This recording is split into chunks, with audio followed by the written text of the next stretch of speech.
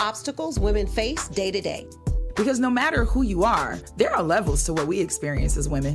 And T and I have no problem going there. Listen to Levels to This with Cheryl Swoops and Tarika Foster Brasby on America's #1 podcast network, iHeart. Open your free iHeart app and search Levels to This no matter who you are, Tarika Foster Brasby, and start listening. From the Ingalls Studios, this is ESPN Asheville, WPEK, W225CJ Fairview, WMXF Waynesville, and iHeart radio station. Live from the Ingalls Studio. I can't wait to play with myself every day. The Sportsocracy. Damn the devil to hell! Let the big dogs eat! Let them on the field! Come get you some of this. Fire them cannons! By golly, put more powder in those things. He couldn't take any more disappointment. Oh my God, the Jets killed him.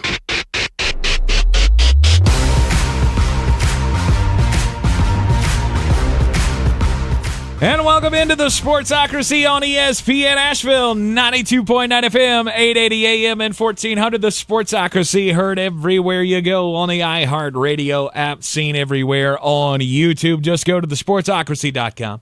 Click the live video link, subscribe to the channel. Join us in the chat. It is turning out to be a very eventful day here in the studio. We found out that, well, folks, we're hitting the road once again. The Living the Dream Tour rides on. I am really excited for a little bit of, dare I say, respite this weekend with my good friends up in Knoxville, Tennessee. Oh, you gotta play the song. You gotta play the song. Yeah. Oh yeah. I didn't have that. You're gonna hear this a mess. Sorry, I just remembered my headphones like 10 seconds ago. So give me a second. Oh, there we go.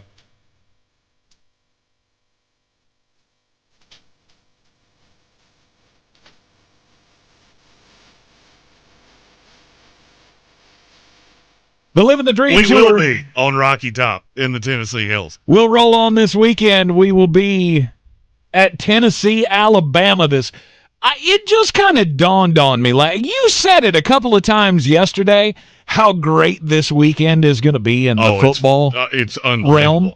It's the best weekend of college football. It's the best weekend of NFL football.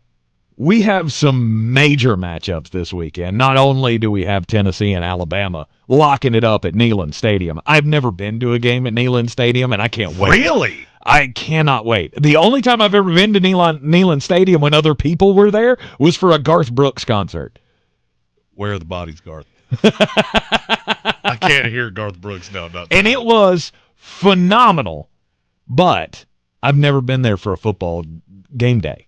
I've never gotten to see it, and I'm going to ruin it for you forever because this is going to be a whole experience.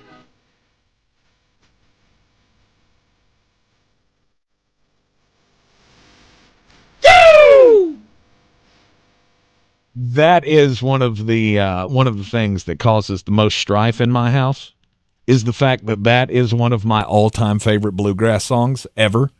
However, my wife is a born and bred Georgia fan, and so she can't stand to listen to the song Rocky Top. Hey, but we're going to hear it. You have your own little song that's... Oh, yeah. No, Daddy, we got that. I've been working on the railroad. No, that's terrible. You need to get rid of that. No, I'm talking about the drunk, obnoxious Georgia fan. That's fun. That's the one. Yeah, that's terrible. Yeah, that's... It just doesn't have the same kind of down-home feel to it as Rocky Top, Tennessee does. I mean, I was born into it. My family is from Sevierville, Tennessee.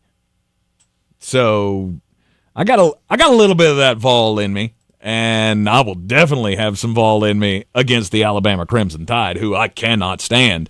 So excited that the Living the Dream Tour will roll on this weekend with our good friends from Ingalls Supermarkets, Parks Ford, Hendersonville, Dale's Pale Ale, and Clarissa Sells, WNC.com. I know Clarissa is all jacked up for this game. Oh, yeah. Look, this will be a fun experience. It has come together very quickly in the last 4 hours, honestly. Mm-hmm. Because we didn't know, and, for us, we hope it's not untoward to people. It's just... We've been we've been at it for 3 weeks. Absolutely. And this is what we do. But this is going to be a good opportunity for us to get out there with our brethren. Eastern Tennessee was hit as well with Hurricane Helene. And we are going to go out and we plan to have the ability for people to donate to Hearts with Hands while we're out in front of the people of Eastern Tennessee. Yep. Kind of just a healing moment. Sports is the ability for us to come back together as a community. College football plays a role in that. High school football is going to play a big role in that. This weekend, or this Friday night, we are going to have packed stadiums around the area. Reynolds is going to be playing against Inca over at Robertson because, obviously, the Fairview community got hit pretty hard, and I don't think that football field's anywhere near ready to be played on yet. I haven't been over there to see what it's like, but if you saw the pictures of the I-40 overpass there at 74 as it comes under, it was underwater. So we're having to share facilities. We're having to have, some schools are having to practice at other schools so that they can have water facilities and things like that. I know they had to truck water in over at Irwin this week so that they could wash jerseys and all of that. It's going to be weird for a while, but we got to give some normalcy to these kids in high school football. I'm so glad that they decided to come back as they did. The Buncombe County High School football game of the week this week is going to be Irwin and Robertson. It's a doubleheader over at Robertson. That's where I was headed with that. Reynolds is playing Inca at Robertson at 5 o'clock on Friday afternoon. And then the Buncombe County High School football game of the week will be Irwin and Robertson at the usual 7:30 kickoff time. You gotta have a little bit of this, right? Games are good to take the mind off of all the things that are going on around the area right now. This weekend, we're going to hit the road again with the Living the Dream Tour, try to raise some awareness for Western North Carolina. Hopefully, we can get some donations flowing to this area from our little efforts here. We're going to do some cool stuff with that too. We may have a meet cute with a particular celebrity that we don't know. We know it's possible. We've made the contact, and we've been told, well, that could happen. It could. You never know. You never know. You got to stay tuned. Stay tuned here to the Sportsocracy. And so this weekend we'll be doing that. Next weekend we got to leave open because we'll be going down to Charlotte for the big concert for Carolina. I am glad they found a live stream option for that. They did. October the 26th, that is next Saturday, not this Saturday, but next Saturday, Bank of America Stadium. We know the tickets went fast. We know the tickets were expensive. That was kind of the point, though. They used this dynamic... the point was they weren't that expensive when they were sold. It was the secondary market, and that's where people are upset, and they should be. Yeah, but also when they sold the tickets, they used a dynamic pricing model, which as the tickets went, the fewer tickets that were left, the higher the price got.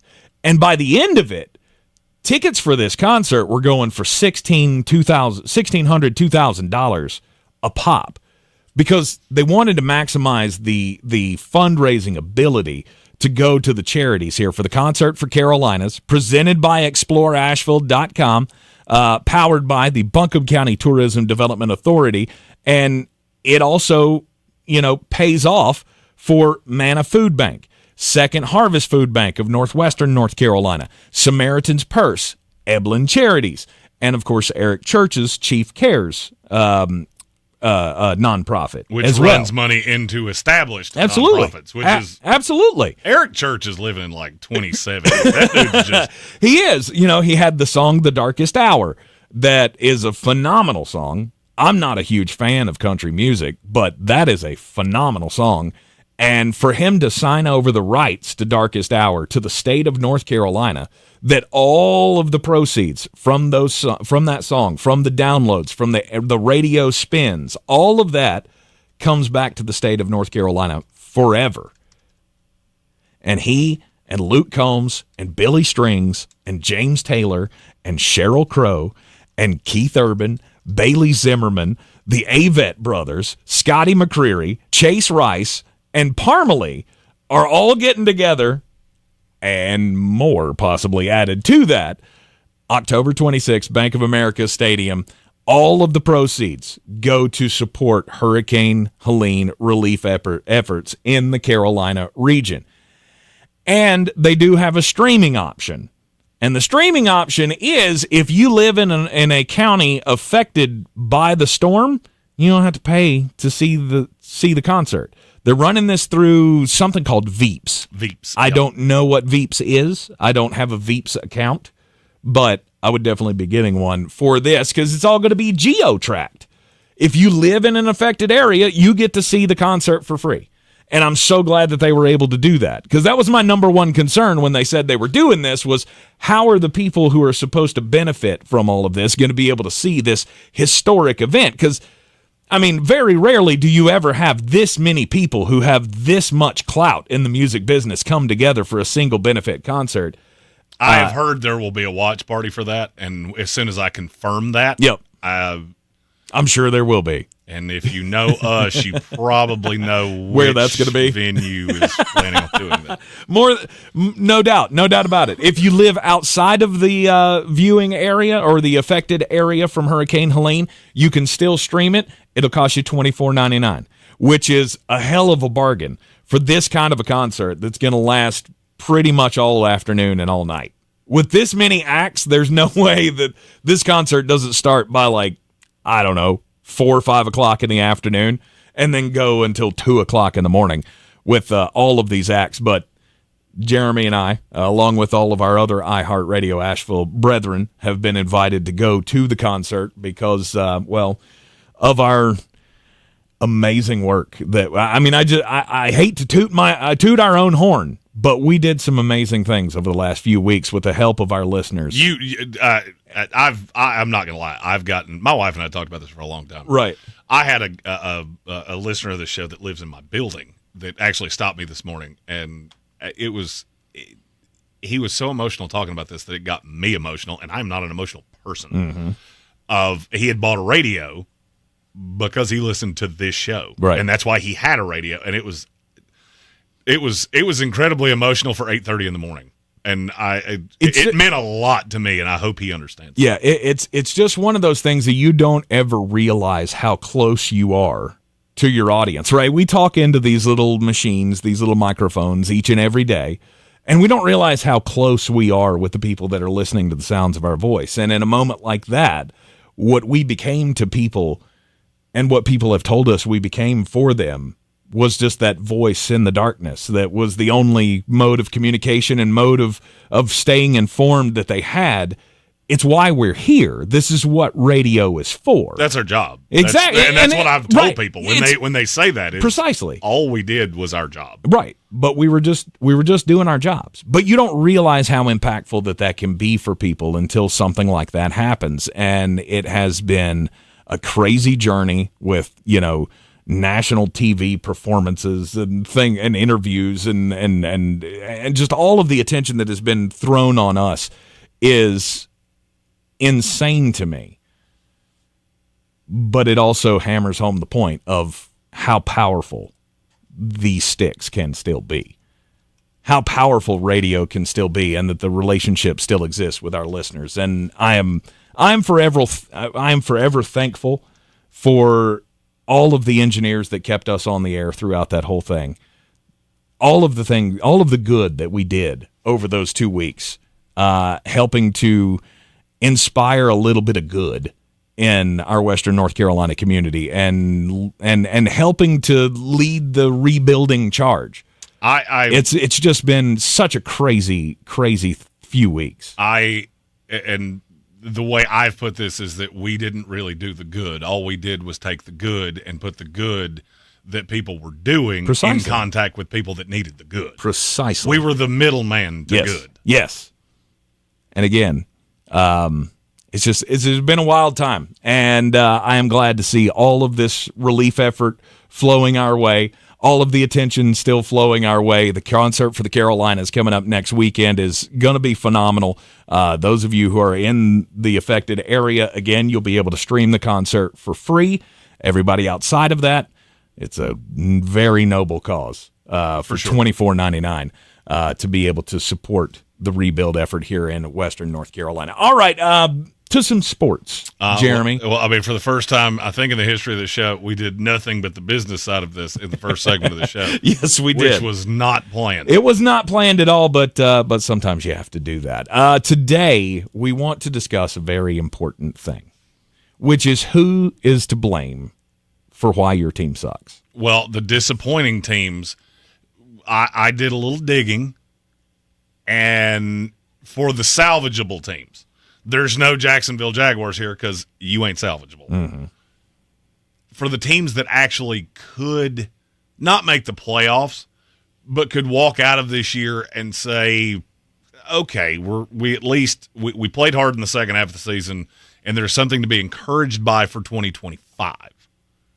We're going to dig into who's to blame for your early struggles. And we're going to start with a team that we have to take off conversation probation because their owner said something so unbelievably stupid that it has to be covered.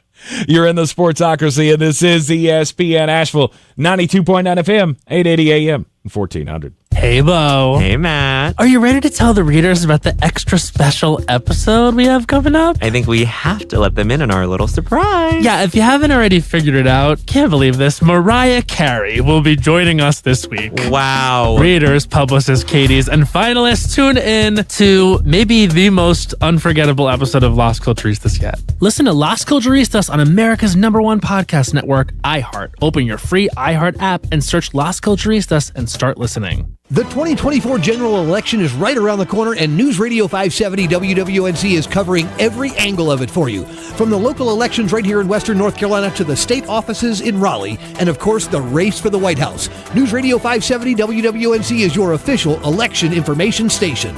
Do you need help recovering from the recent disaster? FEMA may be able to help, but you have to apply. In addition to the money for food, water, and medicine, you may be able to receive support for housing, home repairs, business supplies, school supplies, and more. If you are in a county approved for FEMA individual assistance, go to disasterassistance.gov or call 1-800-621-3362. Apply for disaster assistance today. Halloween's coming alive at Target. Jackie and Gordy the Jack-O-Lanterns here with a front porch view of Target's Halloween deals, like 20% off costumes with Target Circle. We're talking rock stars, witches, princesses. Ooh, I think I'd look good with a cape. I think so too, Gordy. Plus, hit the trick-or-treat jackpot with 20% off candy. Now that's how you get porch traffic. This week only, save 20% on costumes with Target Circle and 20% off candy. Make your Halloween come alive at Target. Restrictions apply. Dan Scott here, inviting you to check out my new show every Sunday, 8 to 9 a.m. here on ESPN Asheville, where we bring sports and faith together.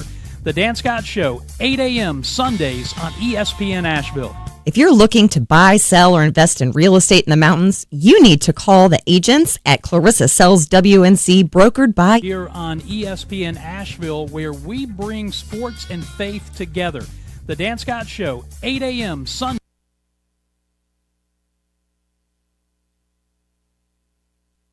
That's your job.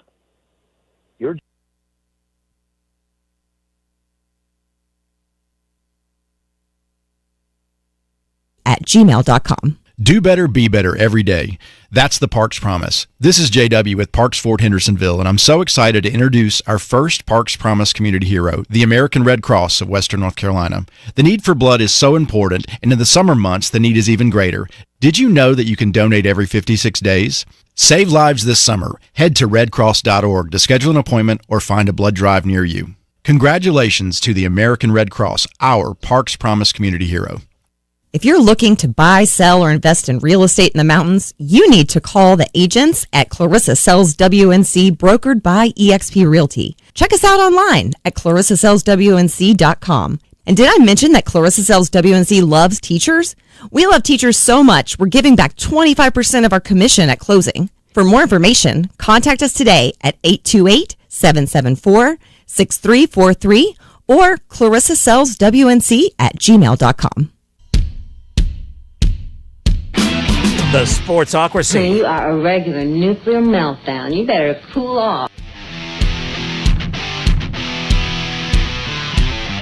We're back in the Sportsocracy on ESPN Asheville, and Jared Jones, he just can't help himself. I am the boss in these here parts, and you will respect my authority. The owner of the Dallas Cowboys again. I mean, he's 82 years old, and I mean, are we all to that point now where we just realize that he is rambling grandpa now? Like, oh, he's been rambling grandpa. I mean, but now it's official. Now it's official because he went on his weekly spot on 105.3 The Fan down in Dallas, and he lost his ever-loving mind when they started to question, hey, what's wrong with this team? And this was his reaction. This is not your job. Your job isn't to let me go over all the reasons that I did something, and I'm sorry that I did it. First off, that's exactly what our job is. I checked my contract. That's actually exactly what I'm paid to do. Not your job. Well, my job is to ask why. A job, or I'll get somebody else to ask these questions, man. Jerry, this is where it gets uncomfortable. I love the hosts as well, though. They're like, oh, you don't realize that this. I mean, I get that you're Jerry Jones and everything, but this is our show. Like you're a part of this show. I'm pretty sure Jerry Jones, if he called up the owner of the radio station and said, I want those guys fired, he probably could get that done. But I'm going to go out on a limb and say, you're throwing your weight around here where you don't really need to. Are you threatening to take your weekly spot away? Because we'll let mom and pop station down the street have that. I'm pretty sure. We're trying to figure out why the team is. I'm not kidding you. I'm not kidding you. There it is. You're not going to figure out what the team is doing right or wrong.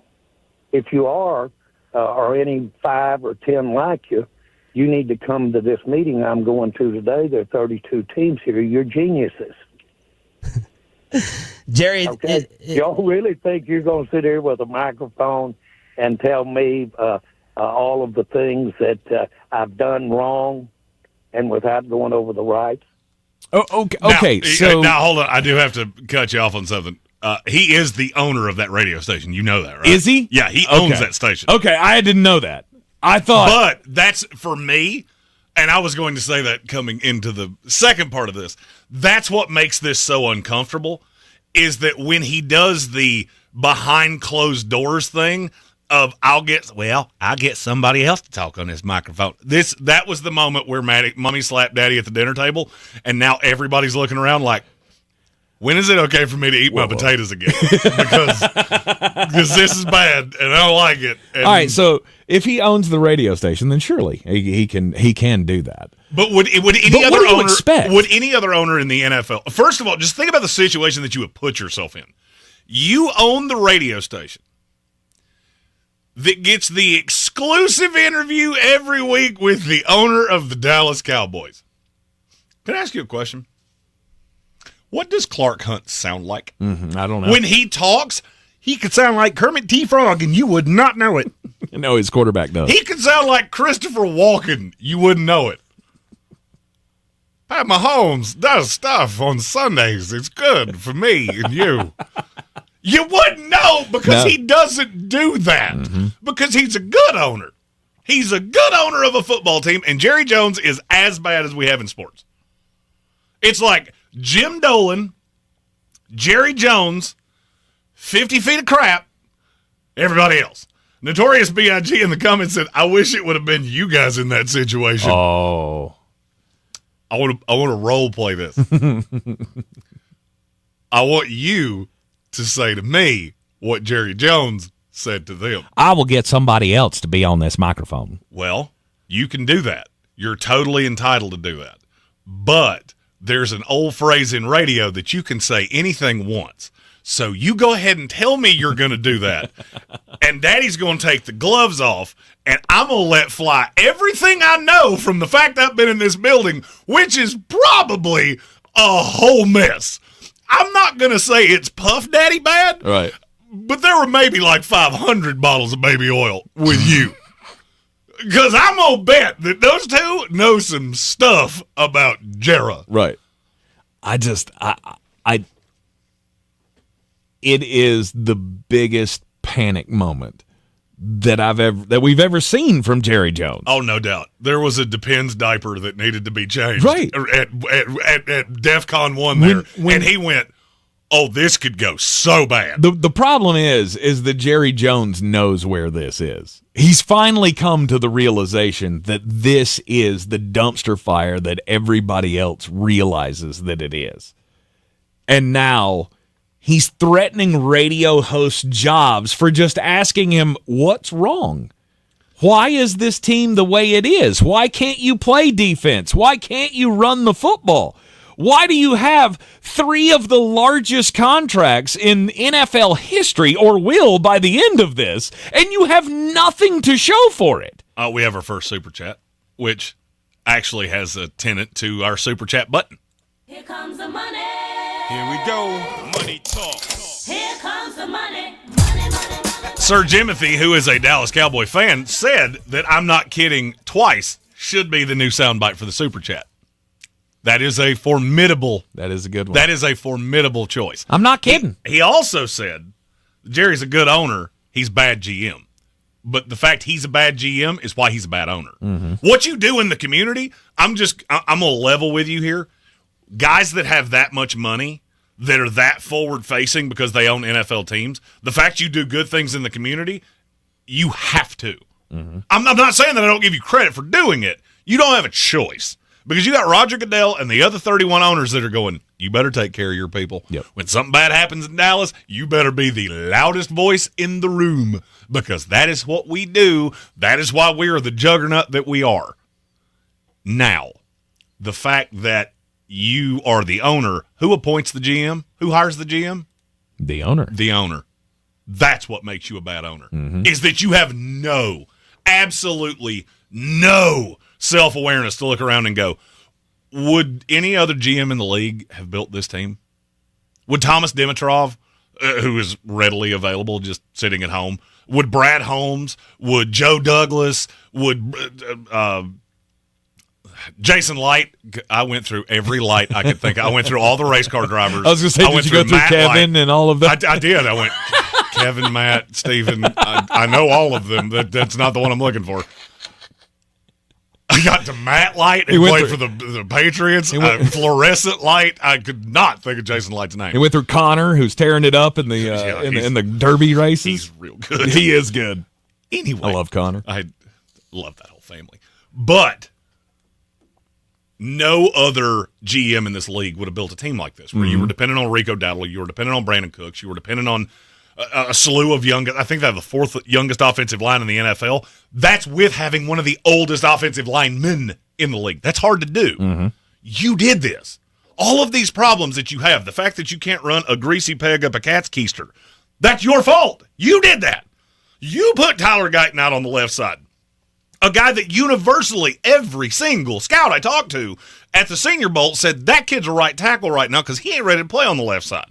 He's the biggest little man I've ever seen in my life, and he's talented, but he's raw. And so you did all of these things because you hit on Dak Prescott. That was a hit with a 4th-round pick. It just was. I don't think he's an elite quarterback, but he's good. Mm-hmm. You had to pay him. You hit on CeeDee Lamb because he fell in your lap. You hit on Micah Parsons because he fell in your lap, because there were weird stories about Micah Parsons, and CeeDee Lamb played a position that, well, in that draft class was pretty good, so he fell. And a lot of people didn't know if he could run a route. Your biggest hits are not actually hits. You just had an IQ above salad dressing. Do you remember when we did that draft with Micah Parsons and went, well, I mean, somebody has to take him? Yes. Like, he can't fall any further because Surtain was gone, right. All the quarterbacks were gone, and he's just sitting on the board. It was Jerry going, well, I checks notes. I mean, it was the My second. IQ is above, 14, right. So I guess this is what I have to do. Well, it was the second. I mean, it was the second year in a row that they did that the perfect player fell in their laps. We'll never forget that the Philadelphia Eagles took Jalen Reagor, the spot above CeeDee Lamb. They took Jalen Reagor the spot above Justin Jefferson. Oh, Justin Jefferson. Who was it that was taken before CD? It was one I remember us sitting there watching that draft going, why in the hell did you let him fall to the Dallas Cowboys? I always hate when we get to this point away from drafts because I start forgetting. Because that was the COVID draft. So Jalen Reagor was before Jefferson? Henry Ruggs and Jerry Jeudy went ahead of CeeDee. That was it. Yeah, Jeudy made all the sense in the world. Henry Ruggs, not so much. No, Henry Ruggs was not. He was real fast. Mm-hmm. Unfortunately, don't do it. You know. We don't need to do that. Yeah. He wasn't real smart. Let's put it that way. Yes, precisely. Dallas is just... I feel bad for Dallas Cowboys fans at this point. I'd never said that before in my life. I don't feel sorry for you. I do not feel sorry for you, and I'll tell you why. Because you're doing it to yourself. Look, I was a Knicks fan my whole life. And Jim Dolan chucks Charles Oakley out of the building, and guess what? I walked away from the New York Knicks. I adopted the Denver Nuggets because I want to ride my horse. I like him a lot. Right. But do I love that team? No. They have some cool merch. They got the little guy with the mustache. That's a lot of fun. Yeah. Do I love this team? No. Do I love the NBA? No. But I walked away and said, I'm not giving you my money anymore. I don't believe in you. It got to a point with the Knicks where I just looked at Jim Dolan and went, I can't physically make my hand go to my wallet to pull out a credit card to give money that in any way 1 cent of it lands on you. Yeah. You can't. You just can't do it. And this is the point that I think Dallas Cowboy fans have to get to with Jerry Jones. You are the problem. You know, all the good that you've done. All right, let's really dive into the good you've done. I mean, he's made a lot of money. Congratulations. Awesome. You bought the most popular team in America. Right after that, you got so lucky that you robbed the Minnesota Vikings for Herschel Walker. You drafted really, really well because somebody else was doing it. Mm-hmm. And then you got jealous and butthurt that everybody thought it was Jimmy Johnson and not you, and you've refused to turn this over to anybody else for 28 years.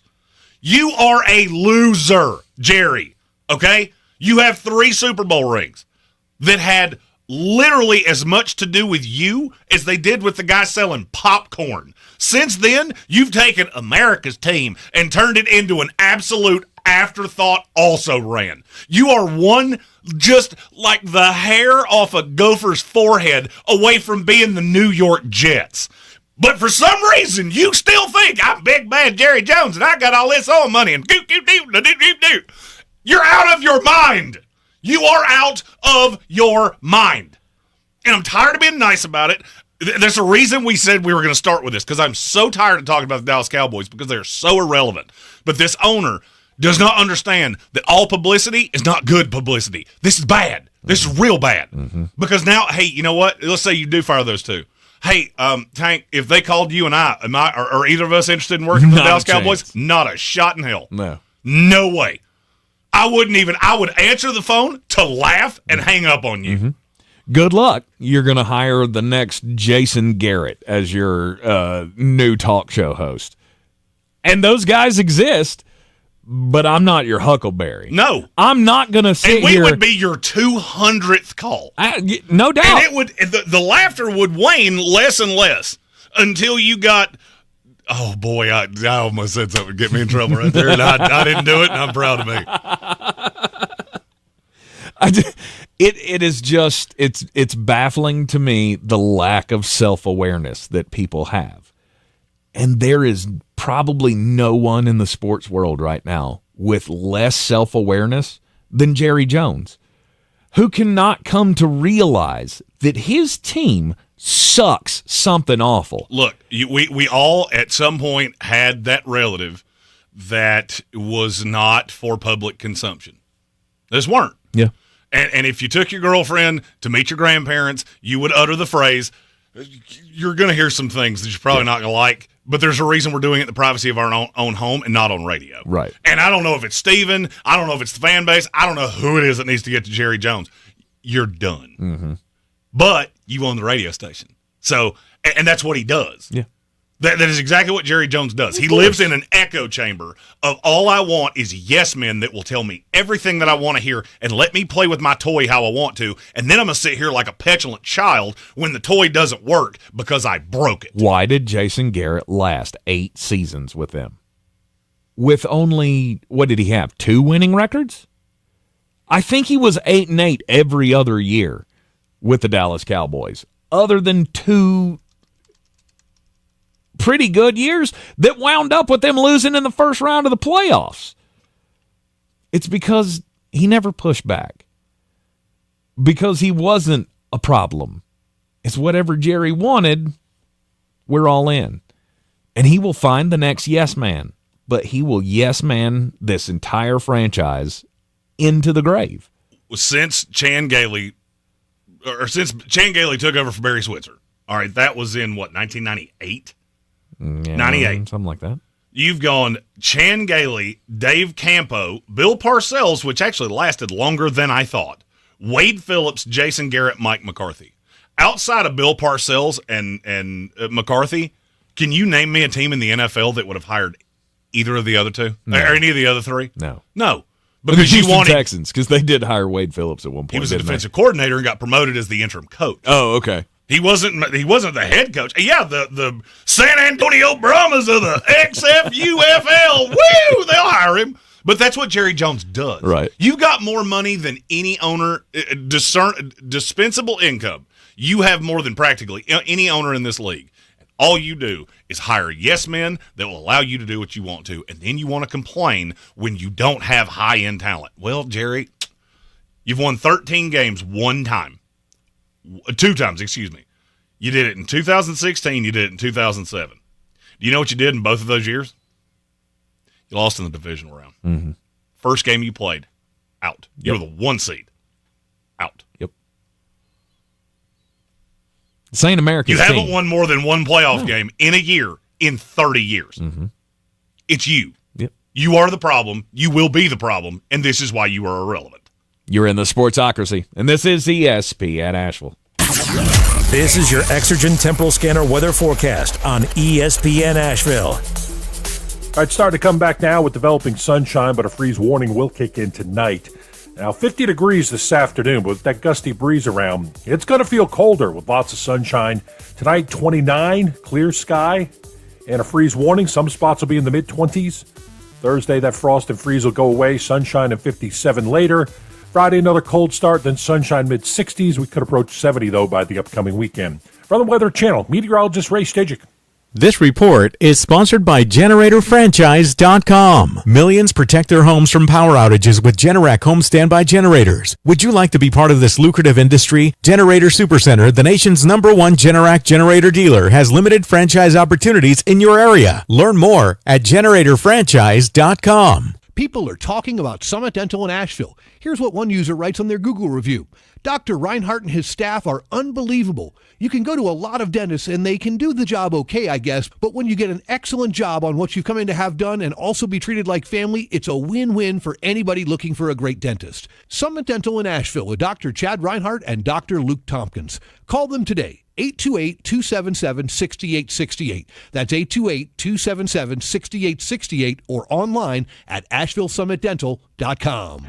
Storm Pro Solution is here to help you in your time of need, providing top roofing and water damage restoration services, tree removals, and storm damage assessments. Call Storm Pro Solution at 828-318-7096. Haywood EMC, your local Touchstone Energy Cooperative, is powering a brighter future for our community by offering college scholarships, education grants, athletic camps, and much more. Serving the rural residents of Western North Carolina with affordable, reliable, safe services and open communications for over 80 years. Learn all of the ways Haywood EMC is working in the community at haywoodemc.com/community. The free iHeartRadio app has over 100 commercial-free original stations waiting for you to explore right now, like Southern Rock Ride.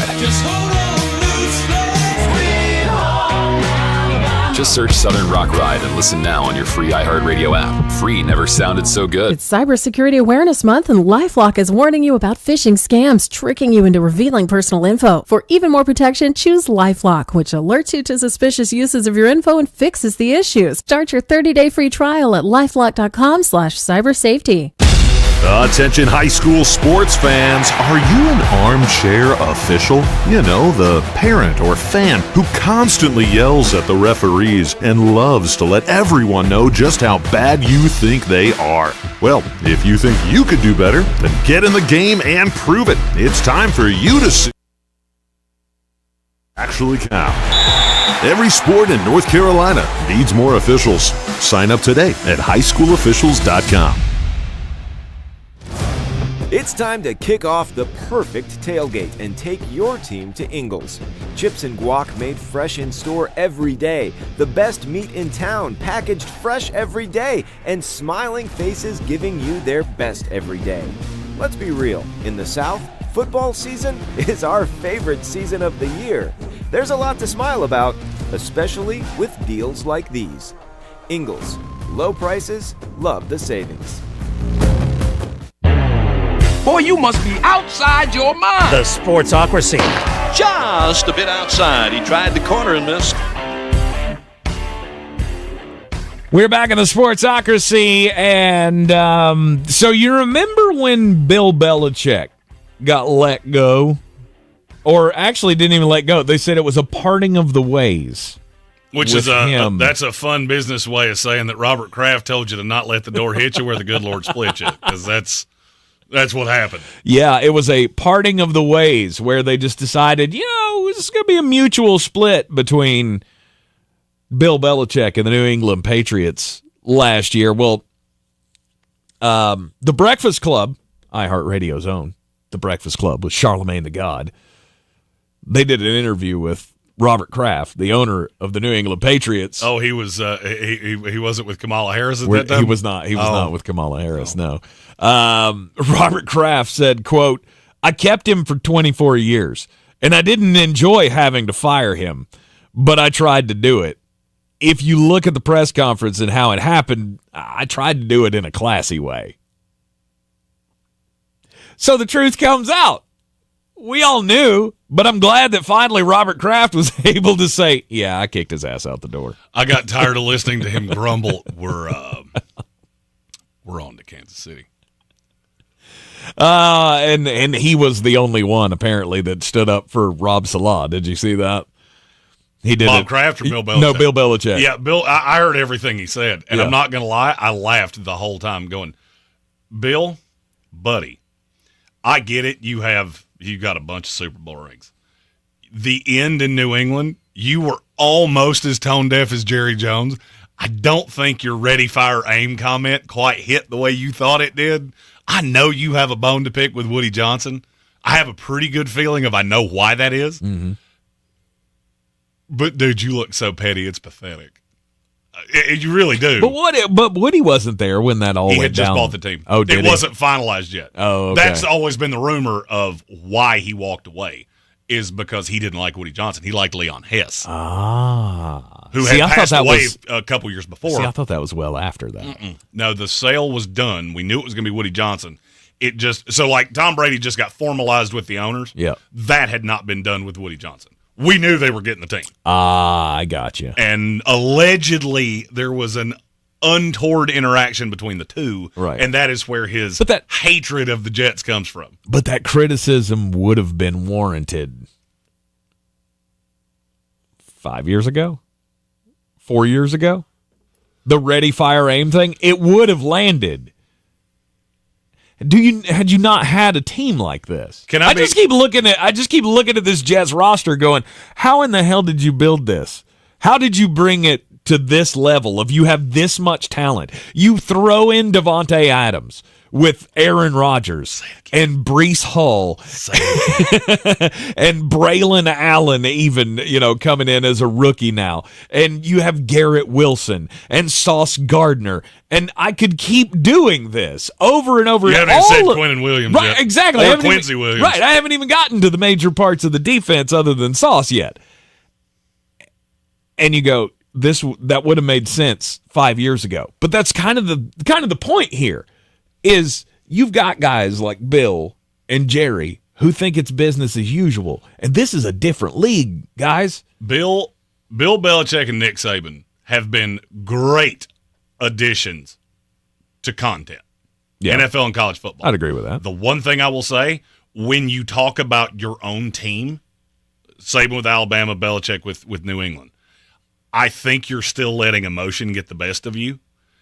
And I get it. It works for clicks, but sometimes you say things that they just sound petty. Yeah.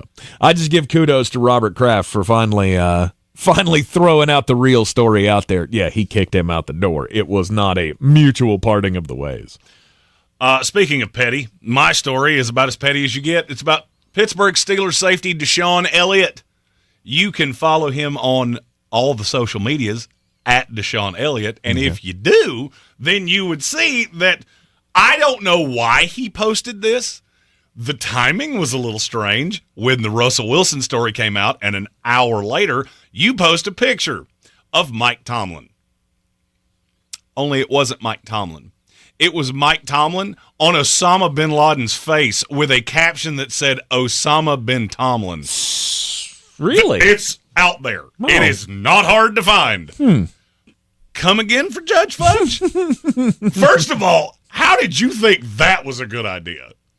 Second of all, would you care to elaborate? Does somebody have Deshaun Elliott's number? Because I would love an explanation of, hey, what'd you say that for? Because I'd like to know.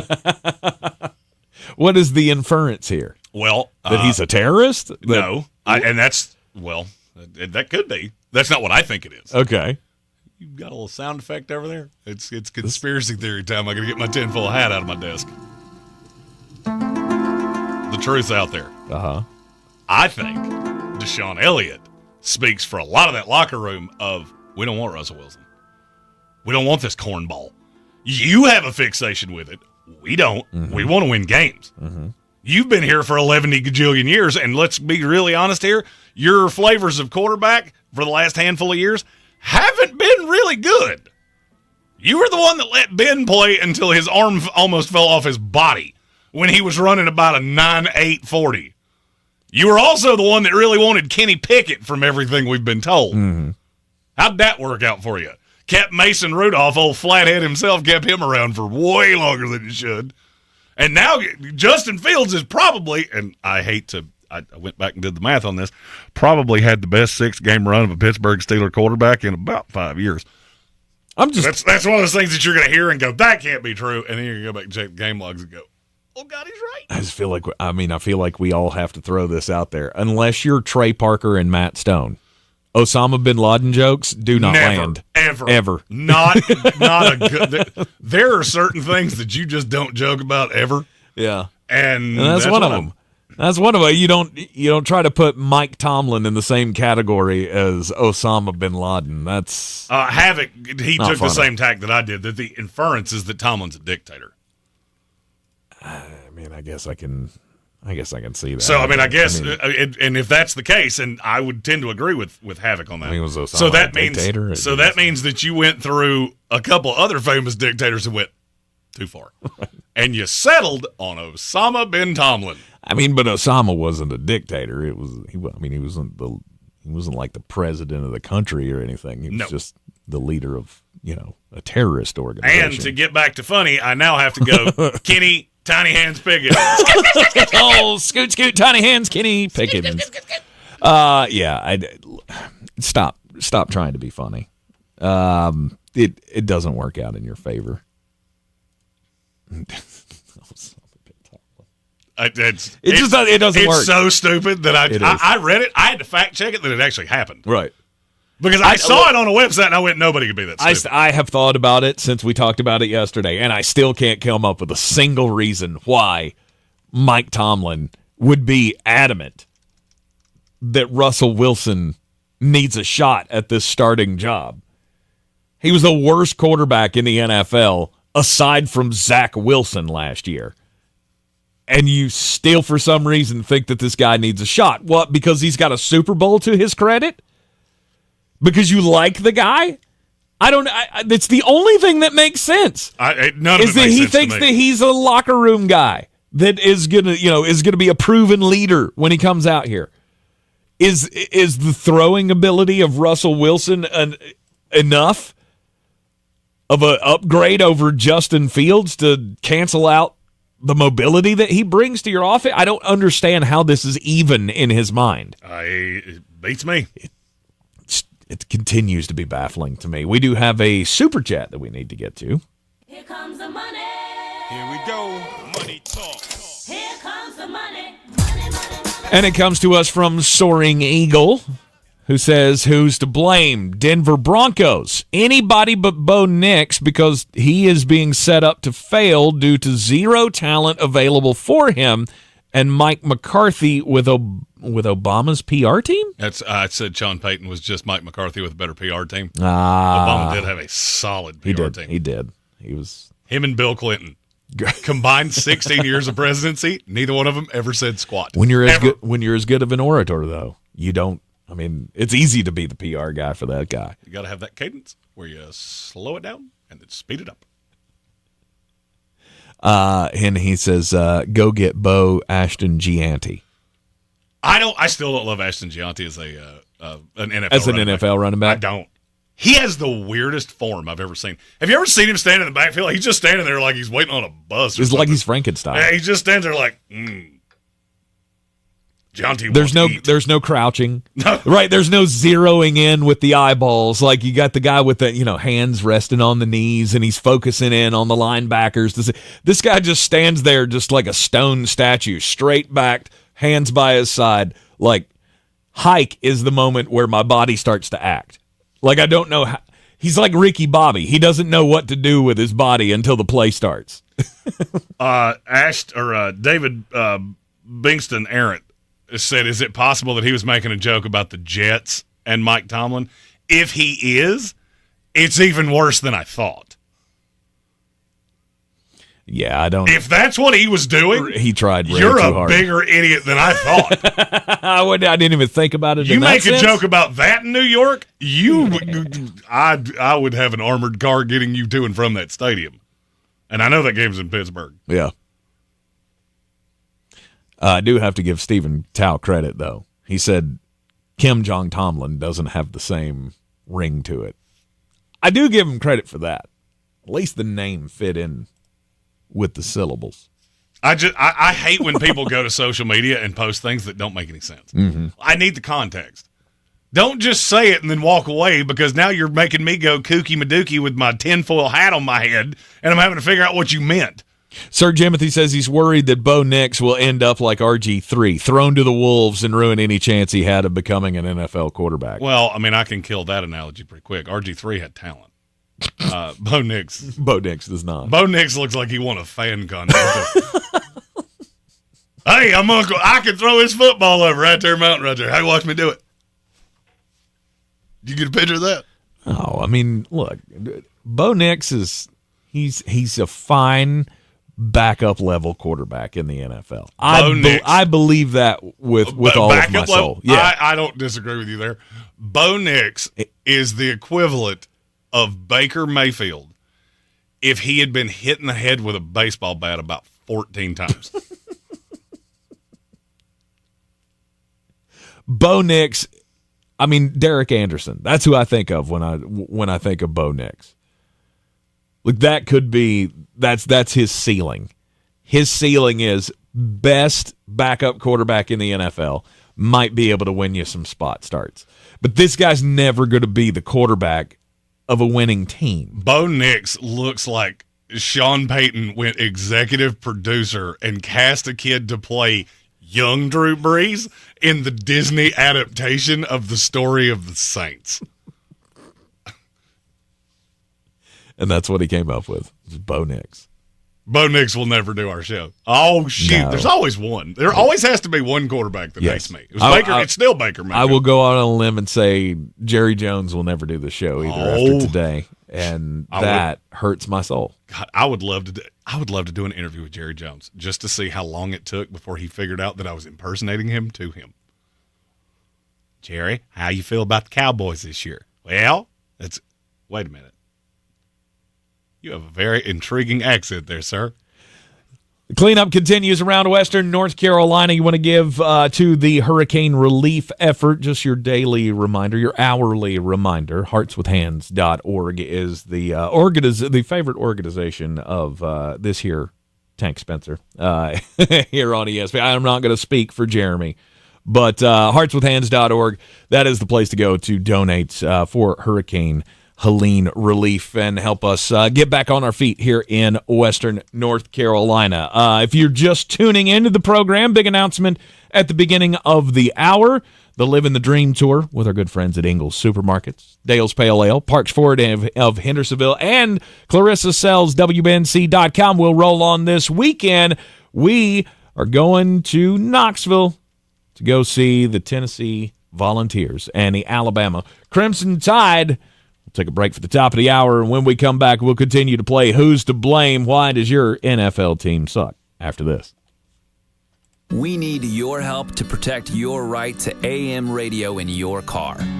AM is always there in times of need with the key information for our community. The overwhelming majority of legislators support a bill to keep AM radio in cars, but time is running out. Please text the two letters AM to 52886 and ask Congress to bring this bill to the floor for a vote now. Text AM to 52886. Message and data rates may apply. You may receive up to 4 messages a month. Text stop to stop. A message from the station. In this week's Marketers Report, we hear about the importance of local radio from Allison Griffin, head of marketing at State Farm. iHeart has such a broad broadcast reach that is local, and for us to be able to touch customers with a local feel but at a national scale is so efficient and important for us. As the #1 audio company, iHeartMedia gives marketers access to the audiences, trusted influencers, and data you need to grow. If you're a marketer, go to iHeartResults.com. This football season, whether you're on the field chasing victory or cheering from the stands, Western Carolina orthopedic specialists are here to keep you in the game. From sports injuries to routine care, our team of experts delivers top-notch orthopedic and sports medicine care so you can stay strong all season long. Play hard. We've got your back. Western Carolina orthopedic specialists. Visit us online or call 828-452-4131. That's 828-452-4131. Sandstone Health and Rehabilitation. Careers with purpose. Compassionate care for all. My name is Robbie Vorbeck. I'm the Assistant Director of Nursing of Sandstone Health and Rehab. I started my journey with Sandstone as a floor nurse. Sandstone very much likes to promote from within. I've seen a lot of fellow employees grow within the company. They're invested in your personal life, and they're invested in improving each of the residents' lives as well. The opportunities are vast. Visit sanstonehealth.com. Showtime Sports and Mountain Graphics have teamed up under new ownership by an Asheville native to better serve our community with the finest custom apparel and unique branded items at the best price. Showtime Sports and Mountain Graphics can customize whatever you, your team, business, or local group may need through high-quality screen printing, embroidery, and laser engraving right here in Asheville. Free personal delivery within Buncombe County and a reduced delivery fee anywhere in Western North Carolina. Visit ShowtimeSportsAVL.com and MountainGraphicsAVL.com. Your one-stop custom apparel shops. There's a lot of talk about heroes these days. Hey buddy, you wanna go fishing? The folks in the funny outfits with superpowers and spandex. All right, buddy, let me help you. But at Ingles, we know that a lot of our heroes Now you look like a pro. are a little closer to home. They're the ones who give us what we need for those everyday adventures. That's why we look up to the ones who look out for us. Don't forget your fish food. Catch a big one. Ingles. See you later, Dad. All the ingredients for family. This is your Exergen Temporal Scanner weather forecast on ESPN Asheville. All right, starting to come back now with developing sunshine, but a freeze warning will kick in tonight. Now, 50 degrees this afternoon, but with that gusty breeze around, it's going to feel colder with lots of sunshine. Tonight, 29, clear sky, and a freeze warning. Some spots will be in the mid-20s. Thursday, that frost and freeze will go away. Sunshine and 57 later. Friday, another cold start, then sunshine mid-60s. We could approach 70, though, by the upcoming weekend. From the Weather Channel, meteorologist Ray Stajic. This report is sponsored by Norton 360. October Cybersecurity Awareness Month. Boost your online security with Norton 360. As PC Mag's most awarded security brand, Norton blocked over 219 million threats last year. Stay ahead of cyber threats with Norton 360. Get up to 58% off at norton.com/secure. Hi, I'm Chad Greenway. After retiring from the NFL, I've embraced my new role coaching my kids in their youth sports. Our Youth Basketball Association made the decision to use trusted coaches to train, screen, and educate all of our basketball coaches. Visit trustedcoaches.org to learn more. I'm a trusted coach. Are you? Dalton throws for the end zone, brought in by Deontay Johnson, who chucks the ball into the stands. Hey, this is Anish Shroff. Join me, Kurt Coleman, Jim Zoki, and Sharon Thorsland Sunday as the Panthers travel to Washington to face the Commanders. Coverage begins with our pregame show at 3. Kickoff follows at 4:05 on the Carolina Panthers Radio Network. Panther football live all season long on News Radio 570 WWNC.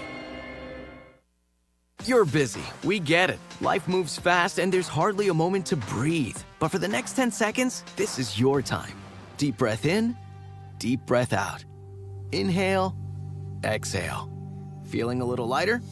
Taking action is one of the most powerful forms of self-care. In 2024, voting is self-care. Visit rockthevote.org and take action in just 3 easy steps. Check your registration, check in with yourself, and check your voting plan. Visit rockthevote.org. From the Ingalls Studios, this is ESPN Asheville, WPEK, W225CJ Fairview, WMXF Waynesville, and iHeart radio station. The Sportsocracy. It fires me up, man. I love it. Say it one more time. The Sportsocracy. Shake it back! Beer City's best sports talk. It is gross. Just earlier. They are mature, actually. You just have to get to know them better. Your lunchtime dose of dumbassery. Live from the Ingalls studio.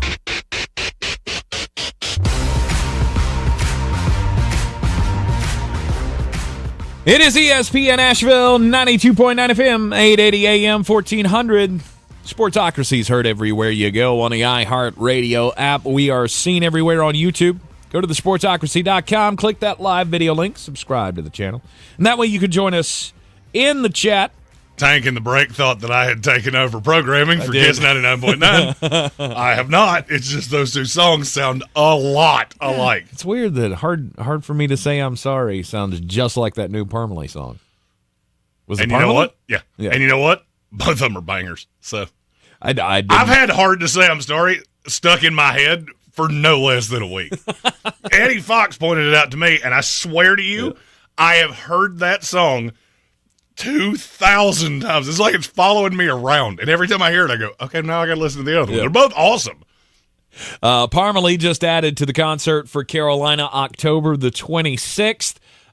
Jeremy and I will be there in person. If you were not fortunate enough to get tickets to the concert, though, you can stream it live. If you live in the Hurricane Helene affected area, no charge to stream the concert for Carolina with Luke Combs and Eric Church and James Taylor and Sheryl Crow and Avett Brothers added to it yesterday. My father saw that lineup and went, James Taylor? And I went, that's what you took away from this? Yes. Most of us country fans went, or non-country fans went, I don't know about that. Oh, James Taylor. Okay, I get James Taylor. I mean, you realize I have the same problem with James Taylor that I have with Bob Dylan. You shouldn't. There's no He really just talks his songs. Now, the songs are beautiful. Stop. Winter, spring, summer, or fall. All I've got to do is call. Not even close. And I'll be there. You got a friend. That's a great song, by the way. Yes. It's a great song. James Taylor's But he awesome. does talk like half of it. Sometimes. But, no comparison. Also, always heard he was into some mind-altering stuff. Oh, there's no doubt about it. From what I've heard, he would have been a fun hang in about 1974. Apparently, Veeps is the streaming service that's going to be streaming the concert for Carolina October the 26th from Bank of America Stadium. It is all for hurricane relief, and if you live in the affected area, no charge for the stream.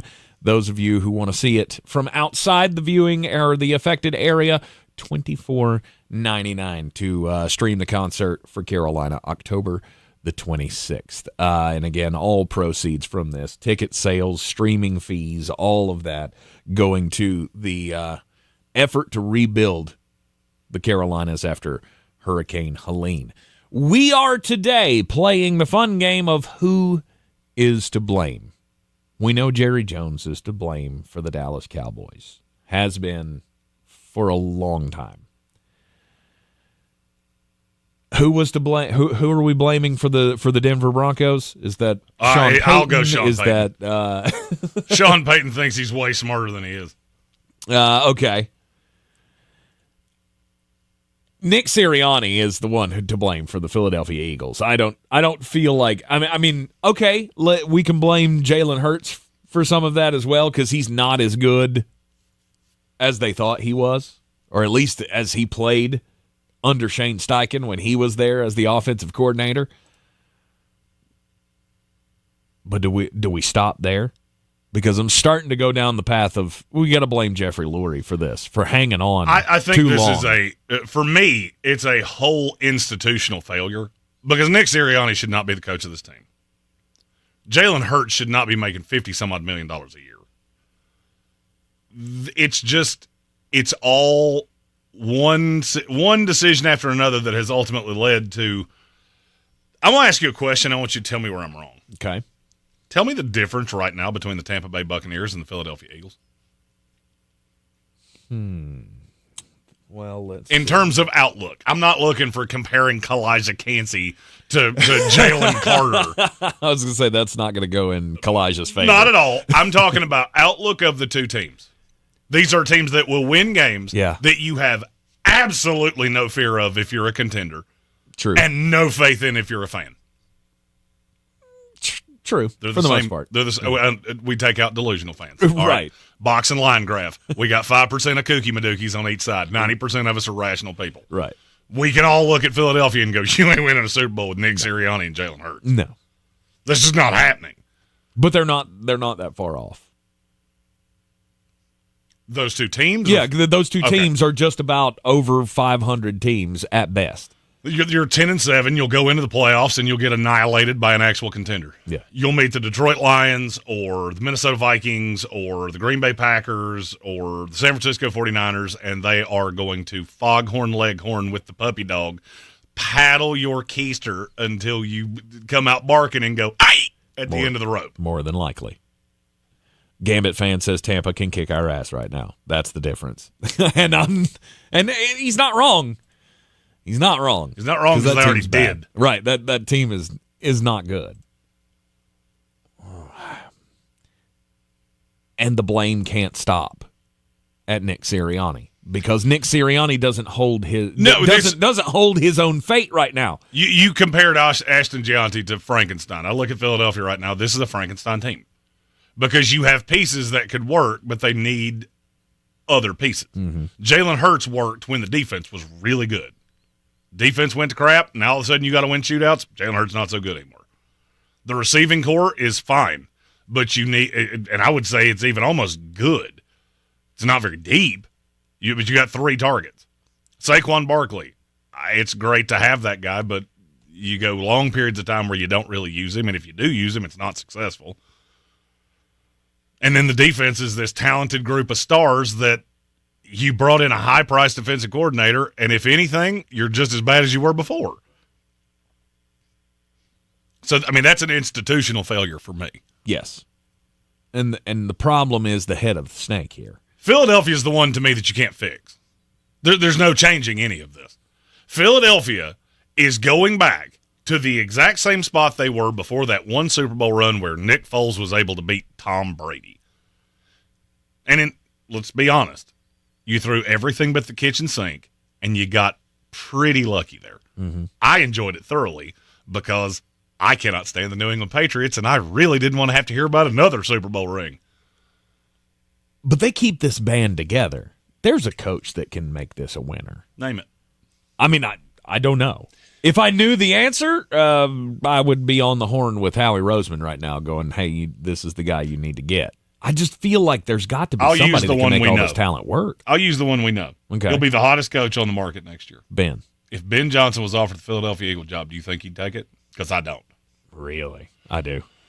Watch his system. Watch how much falls on the quarterback. Watch how much falls on a quarterback that can make a timely, accurate throw, and then show me a time where you've ever seen Jalen Hurts be that guy. Okay. I get one crack at being a head coach, and I'm going to tie it to $55 million Jalen Hurts, I'll pass. All right, okay. That explanation made sense. I will 100% pass. Yeah. I mean, you're in a completely different position when he. I'll put it this way: I'd rather take the New Orleans Saints job with Derek Carr. I'm not tied to him for 5 more years. If he's terrible, I can move on next year, right? And I can go get my quarterback. You're not thrusting this on me where I have to fix the mistake you made. Mm-hmm. I don't know who that coach is. I don't either. I don't know that coach exists. Yeah. Because you're going to have. I don't think that coach is available. Shane Steichen would be my answer. I was going to say the coach probably does exist, but I don't think the coach is available. We have a question in our YouTube chat of which vacancy do you think Ben would prefer at the end of the year? I know my answer. Which vacancy? What is your answer? My answer would be the Jacksonville Jaguars. And I want full control, and I want Trent Baalke not allowed in this building. Yeah, but you're not full. And I'm not saying I want to be the GM. I want to pick my GM. Right. I want to come in here with a guy that I trust, somebody out of that Detroit front office that's been around Brad Holmes. It is that relationship between Shad Khan and Trent Baalke. Is it that fractured? Well, that he will finally realize that he's the problem. Well, I mean, if I'm Ben Johnson or whoever the candidate is, and I'm sought after, I'm not even flying to your location to meet with you. Yeah, but didn't they go through who did they go through that with? There was a guy that they wanted to bring in to make the coach. It was Byron Leftwich. Byron Leftwich, yeah. They wanted to bring him in, and he said, no, I want Trent Baalke gone, and they told him to pound sand. Well, that was 3 years ago, and Byron Leftwich hasn't been hired by anybody since. Maybe so. I'm just... Ben Johnson can call his shot this offseason. And for me, it's a non-starter with Trent Baalke. I'll save you I'll save you the fuel in the plane, but I can go down there, fix Trevor Lawrence the same way he did with Jared Goff, and I'll look like a superhero forever. I just don't know that you would want to tie yourself to a dumpster franchise like that. Like, isn't that part of the reason he said no to Carolina? I hate when people say. I detest when people say this. Name me the 3 best teams in the NFL right now.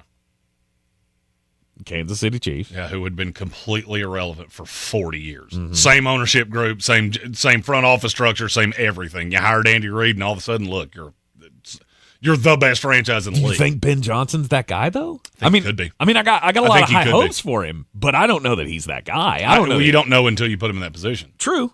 Some guys are great 2s, terrible 1s. Some guys are mediocre 2s and great 1s. Maybe. Andy Reid was a coordinator for, 15 seconds? Yeah. He's one of the best coaches in the NFL. To go further down that line, you got the Detroit Lions next, who doormat of the league forever. Houston Texans. Doormat of the league. Yeah. Yeah. Every team is a doormat until they're not. Yeah. But people use the examples of the teams that have never turned that corner. The Jets, the Browns. Weird. You seem to be completely ignoring the Texans and the Lions, which does not play to that narrative at all. The Lions were worse than any of them. Mm-hmm. You made one really smart institutional hire where you brought in Brad Holmes. You made another smart hire in Dan Campbell, which we all universally panned. Then you've just done it your way, and weird. You're one of the best teams in the NFL. Yeah. In the league, you're a dumpster fire until you're not. Nobody's good forever. Yeah. Unless you want to be the Baltimore Ravens and the Pittsburgh Steelers, and you'd be good forever. You just never go threaten for a Super Bowl. And as soon as you think they will, they let you down. I mean, Jacksonville would make the most sense. I've just been looking over, trying to think of what other jobs are going to open up that a guy like Ben Johnson would jump on. Is he jumping on the Las Vegas Raiders? Well, I'll give you my list. I've got a list of jobs that I think will come open. Okay. New York Jets. Out. No. I don't know what the quarterback situation is going to be. Probably get Aaron for another year, and then I got to figure it out. I'm good. By the time that happens, I got to start paying all these guys. Shoe Buddy is going to be a hard roster. Or I was going to say, after I win a Super Bowl this year with the Detroit Lions, do I get a chance to win a Super Bowl with Aaron Rodgers the next year, my first year with the Jets, and then try to rebuild after that? That could be That could be intriguing. It wouldn't be at the bottom of my list of options. Cincinnati Bengals. That's the one. I'd be in. Oh, yeah. That's with the Joe one. Burrow? No doubt about it. Cleveland Browns. Not a chance. No quarterback. No way. No. Jacksonville Jaguars. Possibly. Be intriguing to me. Mm-hmm. Las Vegas Raiders. Not a chance. Not a chance. Dallas Cowboys. New Orleans Saints. Forget it. New Orleans Saints. I'd maybe. It's a very winnable division, which is Dallas Cowboys was another one. New York Giants was another one. Not a chance with the New York. Chicago Bears, if it were to fall apart, that one could be intriguing to a point, but you fall into, all right, well, if you're not taking Jacksonville, you're not taking Cincinnati because they've been dumpster fire franchises. Yeah. That's another one. Well, that's another one of those. I don't want to be saddled with a quarterback that I don't believe in. Right? Maybe you do. And maybe he does. Maybe Ben Johnson looks at Caleb Williams and goes, that's a guy I can work with.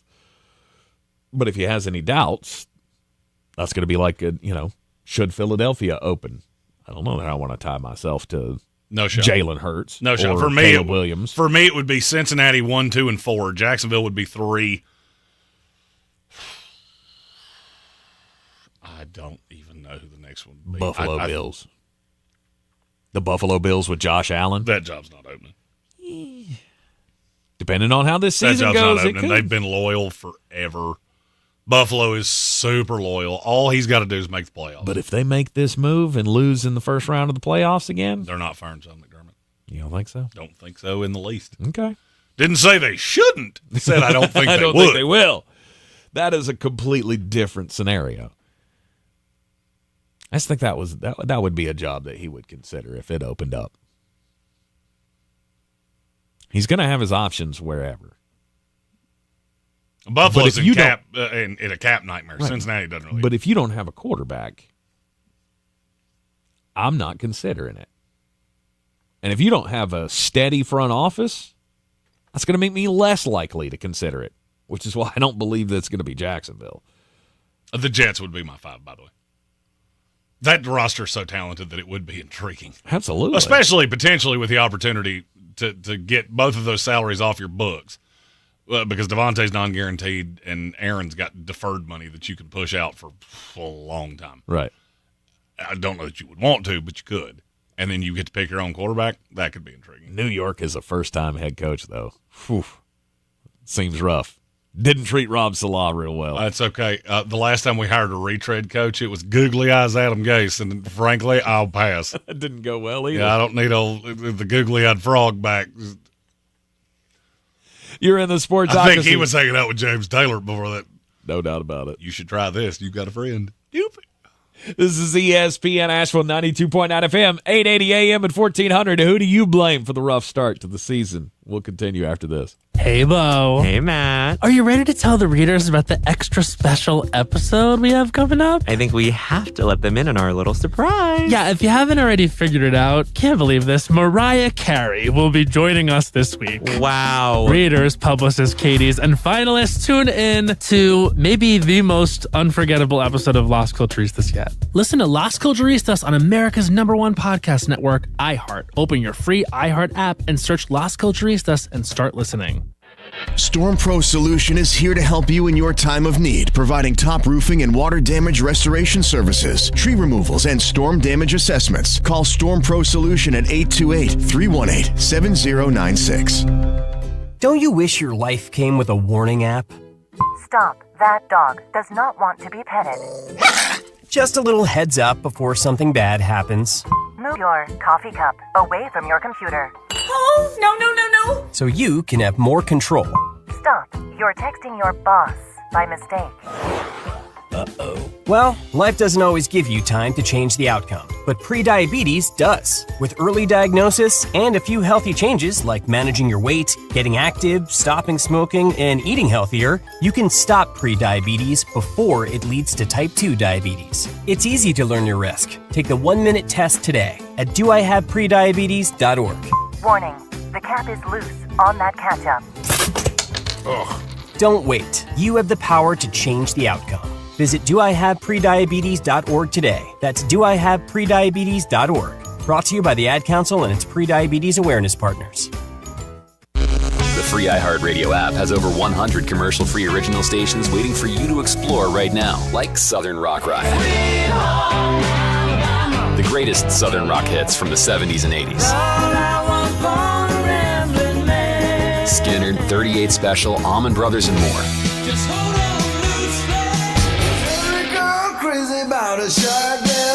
Open the free iHeartRadio app, search Southern Rock Ride, and listen now. Free never sounded so good. It's time to kick off the perfect tailgate and take your team to Ingles. Chips and guac made fresh in store every day. The best meat in town packaged fresh every day. And smiling faces giving you their best every day. Let's be real. In the South, football season is our favorite season of the year. There's a lot to smile about, especially with deals like these. Ingles. Low prices, love the savings.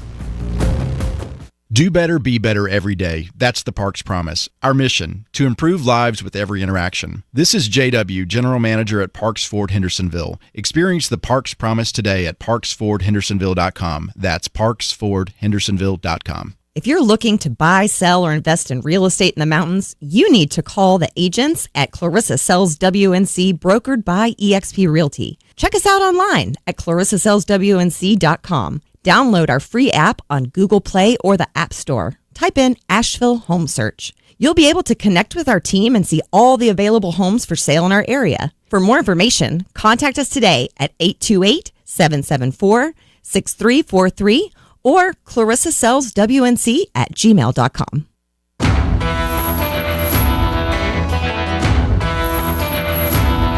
The Sportsocracy. What are you people? On dope? It is ESPN Asheville. This is the Sportsocracy, and I fully agree, Jeremy. Potatoes should not crunch like that. That was a tasty sandwich, though. Did those even get cooked? I love potatoes. I don't care. I'll eat a potato like an apple. I don't care. It sounded like you were eating an apple over there. Anyway, yeah, you should boil those things first. Look, Jackal, I got to boil my water. I need you to take your judgment. That is very important. I feel like anybody within the sound of my voice right here in the immediate Asheville area, just because you have water back, maybe, hopefully, in your neighborhood, does not mean you can use it. I already had to explain this to my parents like an hour ago. Of just because it's coming out of that faucet does not mean you need to put it in your suck hole. That is gonna end up giving you some kind of trichinosis or hepatitis. Trichinosis? Parmalee. I don't know what kind of disease it's gonna give you. Use that wrong. But that's not correct at all. Look, I've been showering in it, brushing my teeth with bottled water. I was going to say, don't brush your teeth with it either. Do not consume the water that is coming out of Asheville pipes right now without boiling it first. All right, with your judgment of me, I had to boil the water. I had to put the potatoes in it. Damn it, I'm hungry. Like I'm hungry. I was gonna say, all right? I started making this meal that usually takes 30 minutes 2 hours ago. I boiled the water, then I put the potatoes in it, and I stopped boiling the water. And so I just, soaked the potatoes in water for a little bit. It's the same thing. It's going to be just fine. You can soak something. Get out of here. Soak your potatoes in water. Listen, potatoes. Martha Stewart, you take your tips, shove them in your keister, okay? Just again, if you're just getting water back in the community, do not drink it. The boil water advisory will exist for a long time to come before that water is potable. So please do not ingest the water straight out of the faucet, Mom. Thank you. That ends my soapbox. Let's talk about who's to blame for rough starts in the NFL. I had like 7 names to call you right there, and 6 of them I would have been perp walked out that door, just for sure. Oh, Cincinnati Bengals. Who's to blame? You kind of ran Zac Taylor through the ringer on our stock up, stock down daily draft on Monday. Is he to blame for all of the Cincinnati Bengals problems. He gets a partial. It's whoever is drafting your hog mollies because you don't have any. Yeah. Your offensive line's not particularly good. Amarius Mims, how did that work out? Could have gone better. Hey, we need an offensive lineman that can play right away. Let's draft the rawest offensive lineman in the last 5 years. Uh-huh. It takes a little more than just it takes a little more than just being a big damn dude to don't be worry. a good tackle. I got my first mock draft of the year coming out next week. We got another one. We have a Marius Mims 2.0, and I am already watching people fall in love with him. I'm telling you, he'll end up going in the top 10. 6'8", 400 pounds, and everybody's just, oh, he's so good. He's a house. Yeah, he moves like one too. Yeah, he moves like a Geo Metro. It does. I mean, it does kind of surprise me that the Bengals' offensive line is not better than it is. How many outside of the center where there's not enough? Yeah. According to PFF grade, how many offensive or defensive linemen do the Cincinnati Bengals currently have that are in the top 35 of their own position? One. None? Who do you think the one is? I was going to say like Ted Karras. Well, Ted Karras is a center, which there's not enough of those. Oh. I said that from the jump. I misunderstood the question. I'm not shocked. You're too busy giving us mountain woman advice. No doubt. Pioneer woman, there you go. That was the right answer. Oh, it makes me so angry when I miss a joke like that. Is it Kappa? There's not one. Oh, really? Kappa's 37. Volson's 36. Orlando Brown's 38. Trey Hendrickson's 36. So they're all close. B.J. Hill would fall into that if you took out coverage grade. Which you shouldn't have coverage grade on a defensive lineman. But he would be the one. Okay. They're just bad. On the points of attack, you were bad. You get manhandled with good pass rush, and you can't stop the run. And so it leads to you've got to win games by shootout. Well, Joe Burrow's playing about as well as Joe Burrow can play. Unless you want to go full-on Kellen Moore, just run it up and down the field, I got to blame whoever is drafting these guys. I'm going to blame the scouting department. Yeah. Because be really honest with yourself. All right, so you won the lottery with Joe Burrow. Fact or fiction? Fact. I think you hit it again for a smaller jackpot with Jamar Chase. Yes. Be honest with yourself. Who's their last draft hit other than that? I would say T. Higgins is a hit. Okay, T. Higgins was in 2020. Mm-hmm. Second-round pick. What you got other than that? Oh, let's play a fun game. In the draft? In the draft. Eric All is probably the answer, but he's a backup tight end. Okay. So this year you took Amarius Mims, who's been a joke, Chris Jenkins, who's been irrelevant, and Jermaine Burton, who I'm not going to lie to you, I've forgotten was on this team. Mm-hmm. Year before that, Miles Murphy, completely irrelevant. DJ Turner, that was weird when you did it. It's even weirder now. Jordan Battle. You hit on Cam Taylor-Britt. You took him too high. Dax Hill's hurt. Zachary Carter, Cordell Volson, Jackson Carman, Joseph Asai, Cameron Sample. You had one draft in 2020 where you got Joe Burrow, T. Higgins, Logan Wilson. First 3 picks. Yep. That's pretty solid. Yep. Since then, you have added virtually nothing. You have added project after project after project after project, and most of them haven't panned out. Yeah. Andre Yoshivas. I know you love him. I do love him as a number 3 receiver, which is exactly what he is. Yes. Yoshivas. I have never seen one person change the pronunciation of their name so many times. Nope. I'm going back to Iosivas. We went Iosivas, Iosivas, Yoshivas. Yoshivash. Yoshivash. We've been through the ringer with Buddy, this guy. Can you please tell me how to say your name? It's just Andre. We'll just call him Andre. I just want to call him Yoshiva. That's your name from now on. Drop the S. Cincinnati's 2-4, and I mean, will it last? I mean, I feel like at some point the talent will outweigh here. All right, so walk me through that. All right, we got Cleveland We got Philly. We got Vegas. How many of those do you have to win to feel good again? All of them. There you go. You have to win all of them. Do and you think they will? Yes, I do. I don't. I think they're going to find a way to lose to Philadelphia. How that is, I don't know. Look, you're 2-4 right now, and you better damn well win all of them. You need to be 5-4 before you go in against Baltimore. I do feel like when Nick Sirriani and Zac Taylor meet each other at midfield, if their conversation isn't, hey, I suck too. Like, what? Brother! Hug it out. You have to. We said this 4 weeks ago. The schedule's not that daunting. No, but we said this 4 weeks ago. You started out rough. You started out 0-3, and that was the worst possible thing that could happen. And now look back on that. Washington's better than we thought. Yep. Kansas City's the Super Bowl front runner, and New England's. Well, that still looks bad. Well, but you lost to Baltimore, right? You can get over anything in week 1. Anybody can lose to anybody in week 1, and you can explain it away. If you lose one of these next 3 games, season's over. Fact or fiction? Fact. I agree. Fact. I agree. I think you have to be 5-4.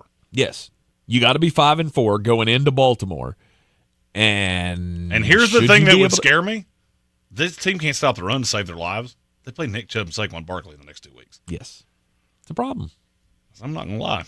You're gonna tell me I'm crazy. Kind of like Cleveland this week. Do you? I do. I don't know if I can get behind anything Cleveland while Deshaun Watson's still there.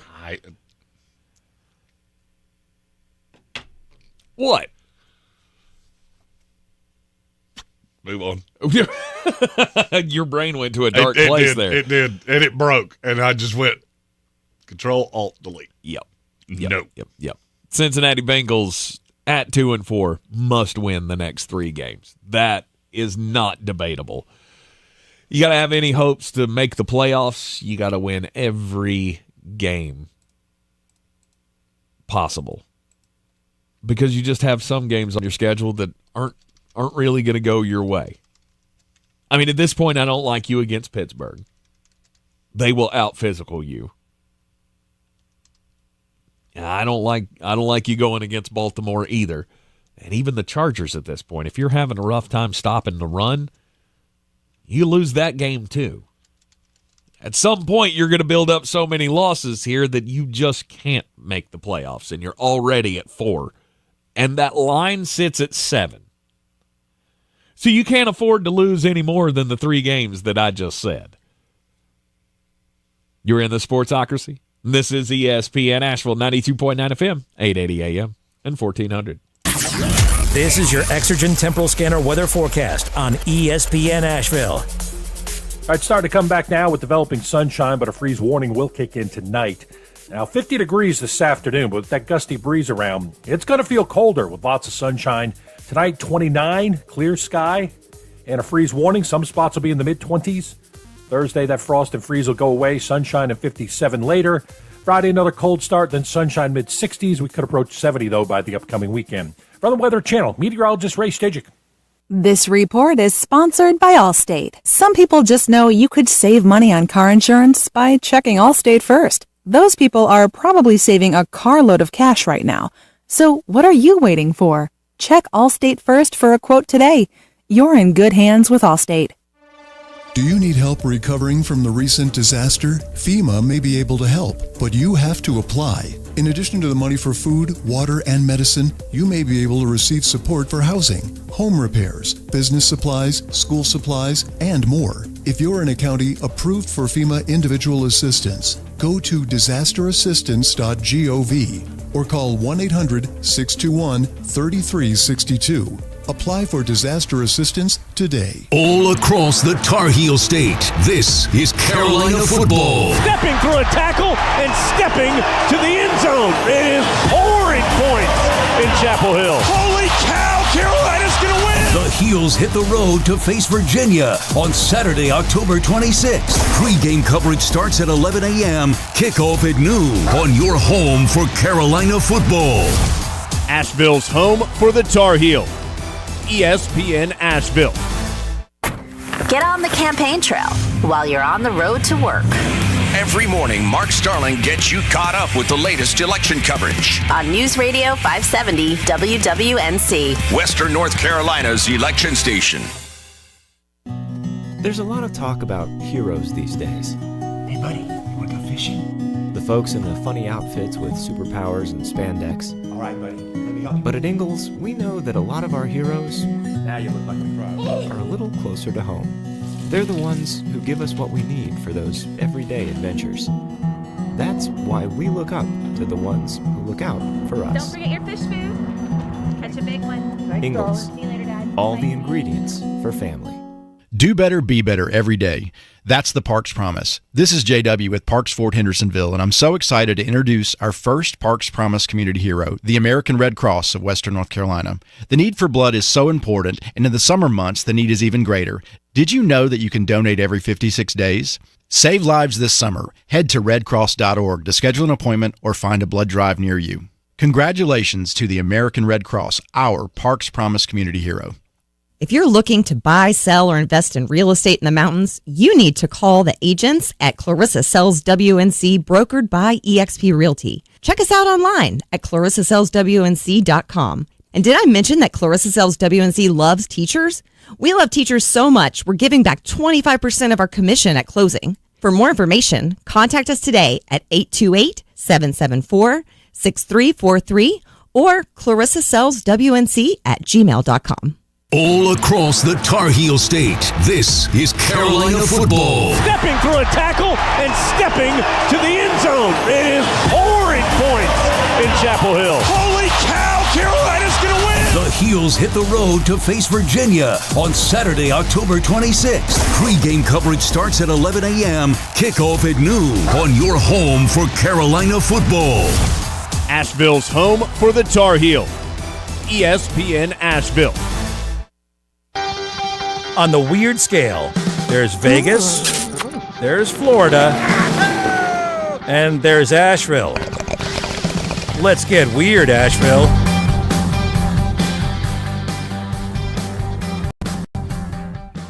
Back in the Sportsocracy here on ESPN Asheville, 92.9 FM, 880 AM, and 1400. Lots of great stories coming out of the recovery efforts after Hurricane Helene. We have highlighted many of them on our iHeartRadio Asheville stations over the the 2 weeks after the storm. Playing a role in connecting the do-gooders with those in need over the last 2 weeks. But the stories never cease to amaze me about what levels people will go through to help out their fellow man. And this story just caught my eye. Elk Mills, Tennessee. Maybe 708 miles away from Red Hook, New Jersey, but when brother firefighters put out their own SOS after Hurricane Helene washed the structures of their department away, the Red Hook Fire Department heeded the call. September 27th, Helene made landfall on the Gulf Coast and brought with it unprecedented levels of rainfall that devastated hundreds of communities across the southern Appalachian region. And in Elk Mills, floodwaters washed away the Elk Mills Poga Volunteer Fire Department's headquarters. And that was when Red Hook stepped in and basically just put them back on the map, got them back up together. We have seen people come in from Canada to help out rebuilding our power lines. We've had crews in from New Orleans helping with search and rescue missions, swift boat rescues and stuff like that. The outpouring of support for those affected by Hurricane Helene has been phenomenal, and I will continue to do my part to try to highlight these heroes that have come in to help out in the effort. I am continually amazed by the volunteers that just drop everything to come and help out people, from the Chainsaw Brothers to the to Chris Henderson with the Minutemen wellness checks that was helping us out over the last few weeks and continues to do so. I would like to use this time also to remind everybody, if you still have a need from Hurricane Helene. Help cleaning up a tree. Help getting food access or water access. Hit us up, AshevilleStorm@iHeartMedia.com. We continue to check that. We continue to make connections across the region for those who need it. And, of course, if you want to continue to help out with the relief efforts, we encourage everybody to make a donation at heartswithhands.org. Well, there's no great way for me to segue out of that, so I'll just go straight into it. My story is about a stupid movie. Joker 2, Folly au Deux. Ah, yes, the musical that everyone loves. How much money that movie has now been in theaters for 2 weeks? Yes. How much money is it going to make? $200 million. The first weekend, it made $37.7 million in domestic. That's not great. It did half that in the second week. It got a D from Cinema Score and has a 33% rating on Rotten Tomatoes. Yikes. Here's what we've learned. People don't like musicals. Maybe your dark anti-hero movie that you made should not have a sequel where they sing and dance. They are projecting that between what was spent to make it, what was spent to market it, that it is going to lose upward of $200 million. Yikes. I've also heard the ending is horrifically bad. Really? The director cut off all contact with DC Studios as they were filming it. Just stopped answering their calls. Oh. He apparently went rogue and decided, I'm going to do it my way. And his way is brutal. Ooh. Brutal. Well, now it makes me want to watch it more. It does not make me want to watch it more. I would have been okay with Lady Gaga as Harley Quinn. Yeah. That's fine. Yeah. But then you got into, hey, we're going to sing and dance. Yeah. People don't do that. If I want to see a musical, I'll go to New York and see a musical. Precisely. Don't give me a sequel to a movie that I was excited about that is make them laugh, make them laugh. Yeah, this was just a bad idea from the start. Well, the concept was good because a sequel could have been done really well. But you tried to go at it with this film noir avant-garde kind of a musical, and it just it's something I would totally expect from Joaquin Phoenix. Just make a movie. Like, remember when he did the stunt where he grew his hair out and then went on like talk shows and didn't say anything? Do you remember all of that? I do not remember. You don't remember? Oh, that was hilarious. His face bothers me. There's something about his face that's just. I just don't. I need get you it. to fix that. Yeah, I just don't get it. I mean, it's like you took an inside joke and spent $200 million on it, and you're going to make 14 cents. Sweet.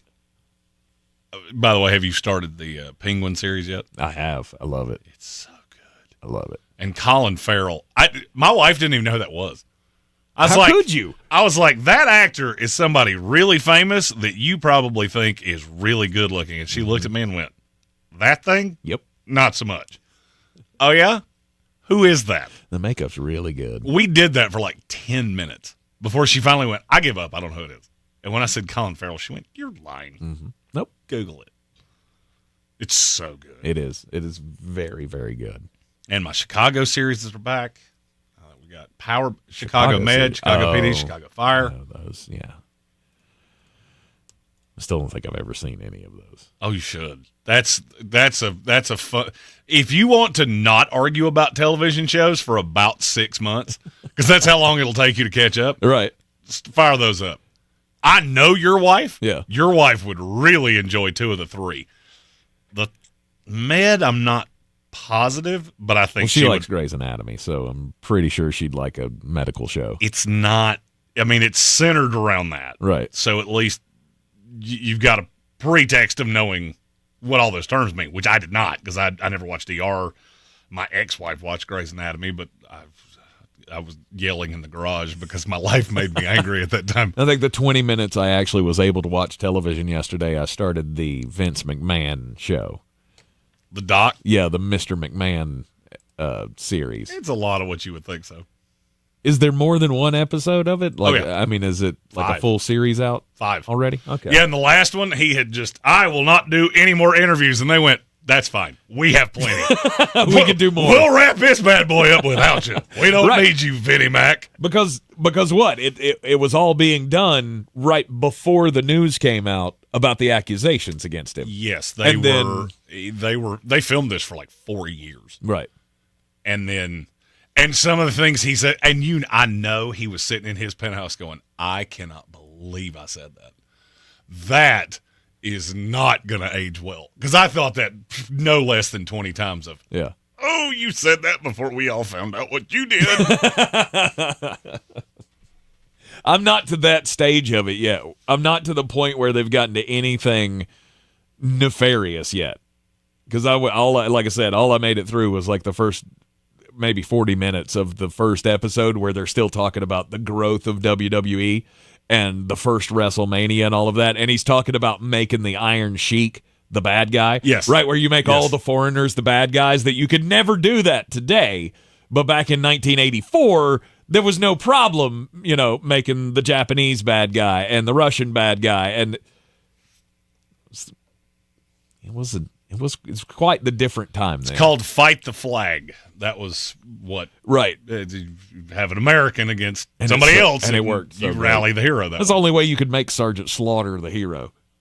Yeah, they get into Sergeant Slaughter later. Do they? Oh, yeah. There's a lot of things in that where you go, that sounds like a lie. I believe that was a lie. Yeah. I can't prove it, but I think it. Mm-hmm. Mm-hmm. All right, who is to blame for the rough start to the season? The next team that we want to discuss. I mean, I feel like at some point we got to talk about the Las Vegas Raiders, but I don't think we do. You don't think so? You went in with, I mean, good Lord, how many do you need? Mark Davis, who you really only need to question his judgment by looking at his haircut. Aiden O'Connell, that looks like Farva after about 14 liters of cola. Gardner Minshew, who slept on a dumpster mattress for 4 years, a liter out of cola. out of a van. I mean, how many do you need? I just wanted to give you the opportunity to address that. Yeah, it's not good. Next. Next. Congratulations, you got your way. The Raiders are a dumpster fire. Moving on. Thank you. I was Thank wrong. You very much. I was wrong? Well, I mean, another disappointing team is the Los Angeles Rams, but I feel like that's more fate than anything. That's injuries. Right. That's not a we can't blame the coach for that. We just have to blame the universe for that. And now that they're all coming back, I think it's going to get pretty interesting in that division. I feel bad for the teams that have to play them in the back half of the year, because that may be a team that has nothing to lose, and that is not a fun team to play when they have nothing to lose. Yeah. How about San Francisco? Do you think there's a blame game to be played there? Is this a Kyle Shanahan thing? Or does this go on the thin aspect of the roster? It's John Lynch. I understand there are a lot of you, like you, that grew up loving that Tampa 2, Monty Kiffin, Derek Brooks, Warren Sapp, John Lynch defense. When I say he is a horrifically bad GM, I'd put him in the bottom 10 of the NFL. Really? I put him in the bottom 10 of the NFL. Name me anybody he's brought in that you look at and go, nailed it. And if you tell me Brock Purdy, nobody saw that coming. Mm-hmm. He wanted him on the roster. And he will tell you that. I did not see this coming. There aren't any. You don't give Brandon Ayuk was 6 years ago. I was going to say, you don't give him credit for bringing in Christian McCaffrey? It's a trade. You traded 3 picks for a running back. Any team in the NFL could have done that. Mm-hmm. And I'll be honest with you, that's part of your problem right now. You were so reliant on him. Kyle Shanahan became so reliant on that piece of the offense that now you don't have your little sleight-of-hand magic tricks. Can I say something because San Francisco to me, it's partially an injury thing. It's partially a Kyle Shanahan thing. It's a lot of a John Lynch thing. This is going to sound a little untoward when I say it, but I believe it. I think the league is figuring out this Kyle Shanahan offense. Okay. That it has deficiencies.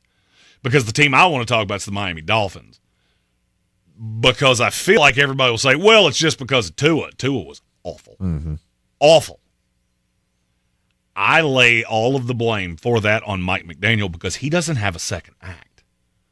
He also looks more like a Colombian drug lord every hour he spends in Miami. That dude looked like the most buttoned-up computer nerd I've ever seen when he took that job, and now he looks like he's running bags for Al Capone. I was going to say he looks like the guy who cracked the code, right, and robbed the corporation of billions of dollars, and now he's just living on the Jamaican beach somewhere with his chinos and flip-flops. Mike McDaniel looks like he went Halloween came, he dressed up as Razor Ramon, and he went, I think I'm good with this. He does kind of look like frat boy on vacation. I mean, he wears capris. Mm-hmm. That's what it was. Capri pant. That was the word I was looking for. What did you say? Chinos. That's also like another flip flop. I know what it is. Yeah. People that, Capri pants. That's what I meant. People that buy their clothes not from the Army surplus know what chinos are.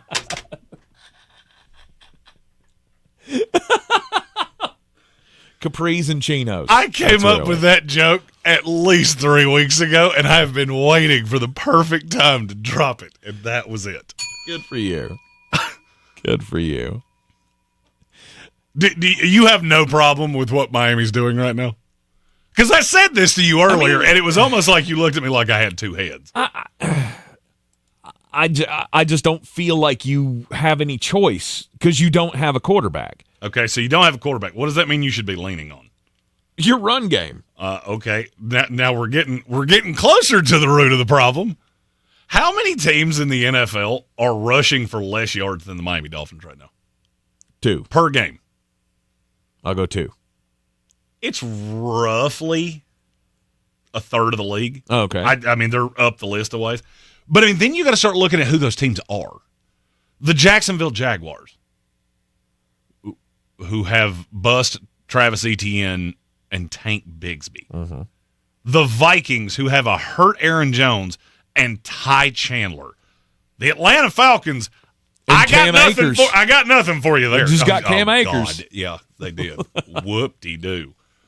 The Carolina Panthers, who somehow have the third leading rusher in the NFL and are still in the bottom 10 in rushing yards. Right. Which I'd make that make sense to me. But, I mean, you just go down the list and go, outside of the New York Jets and the Atlanta Falcons, there is not a team that is as invested in running backs as you are. You don't have a quarterback, and it shouldn't matter.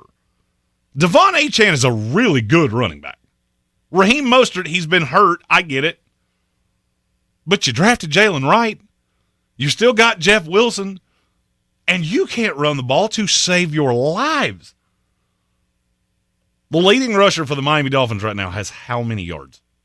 In 5 games. 240. You're too high, and by a lot. Wow. It's 183. Wow. Jalen Wright is 2 at 139. Right now, Devon Achane's averaging 3.3 yards a carry, and Raheem Mostert's at 3.6. That's impossibly bad for a team that has 2 running backs that are this fast, that are this good, that fit into this system. I get it. Oh, well, teams are stacking the box. That should be beneficial to you. You don't run into the teeth of the defense. And it seems to be all that they do. Mm-hmm. It's like they forgot, hey, we've got a slew of running backs that get to the edge, one cut, and go. And that's all Mike McDaniel to me. And before you tell me, oh, it was Tua Tagovailoa was terrible through 2 games. Yes. He had 3 interceptions in 2 games and could have had 6. if guys could just simply catch a football. I don't think Mike McDaniel's the guy. Yeah. I know he's your little bestest buddy, and y'all had a moment. You had your moment, and you bonded. I feel like Mike McDaniel is the Mark Jackson of the NFL.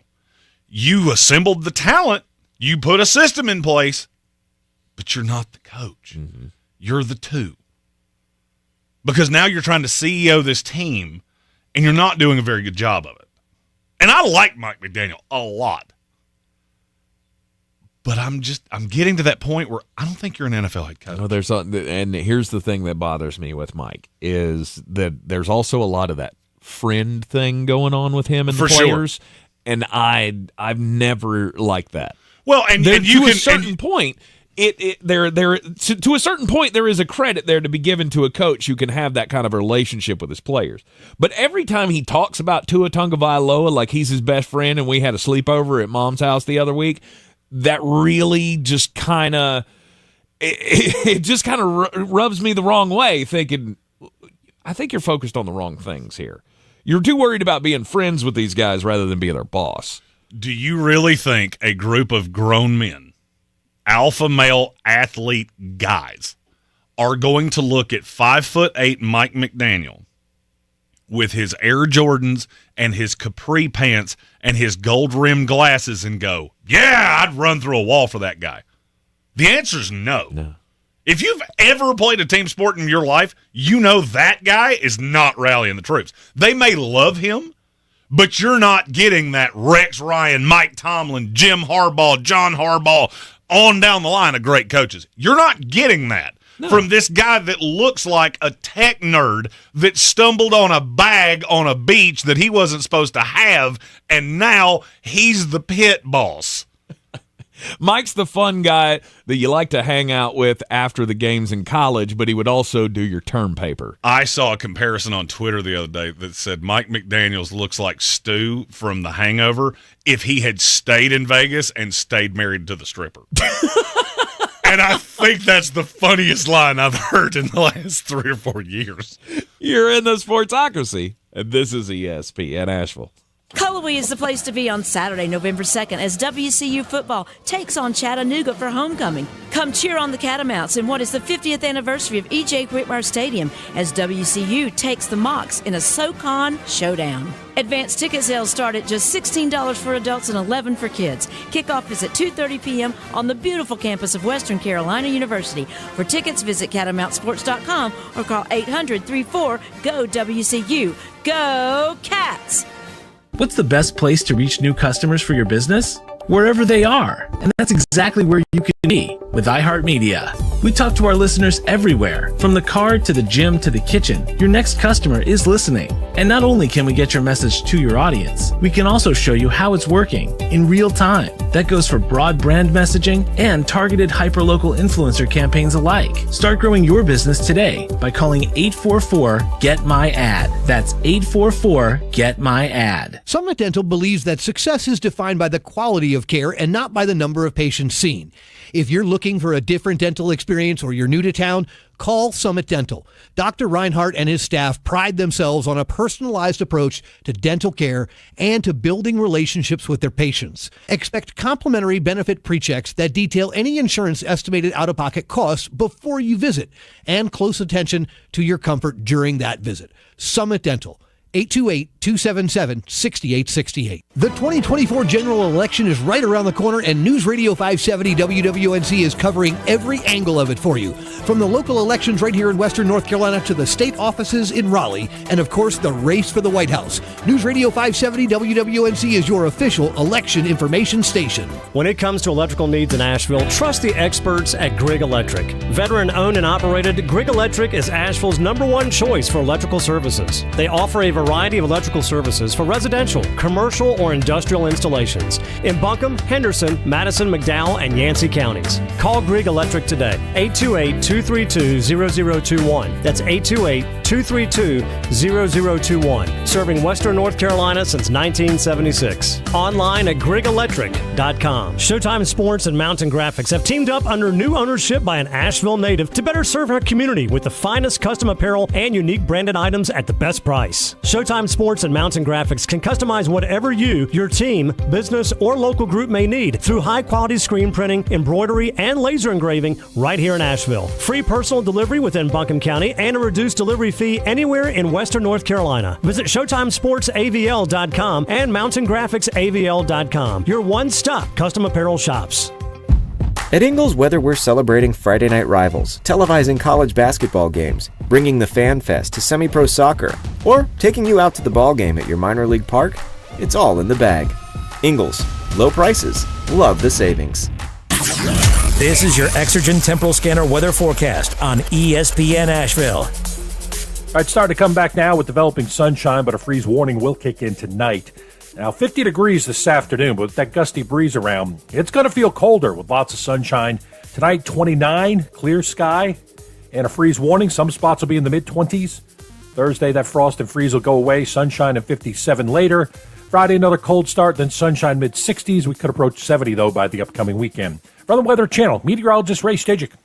This report is sponsored by KFC. Introducing new KFC Original Recipe Tenders, made with their secret blend of 11 herbs and spices. These tenders are so flavorful, they'll start a chicken tenders battle. Get 3 tenders, fries, and new comeback sauce for just $5, only at KFC. Sandstone Health and Rehabilitation is known for compassionate care for all across its 18 North Carolina locations. Whether your loved one needs short-term rehabilitation or long-term care, our exceptional staff and comprehensive services are here to support their recovery or ongoing needs. Dalton throws for the end zone, brought in by Deontay Johnson, who chucks the ball into the stands. Hey, this is Anish Shroff. Join me, Kurt Coleman, Jim Zoki, and Sharon Thorsland Sunday as the Panthers travel to Washington to face the Commanders. Coverage begins with our pregame show at 3. Kickoff follows at 4:05 on the Carolina Panthers Radio Network. Panther football live all season long on News Radio 570 WWNC. From the Ingalls Studios, this is ESPN Asheville, WPEK, W225CJ Fairview, WMXF Waynesville, and iHeart Radio Station. The Sportsocracy. It fires me up, man. I love it. Say it one more time. The Sportsocracy. Shake it back! Beer City's best sports talk. It is gross. Just earlier. They are mature, actually. You just have to get to know them better. Your lunchtime dose of dumbassery. Live from the Ingalls Studio.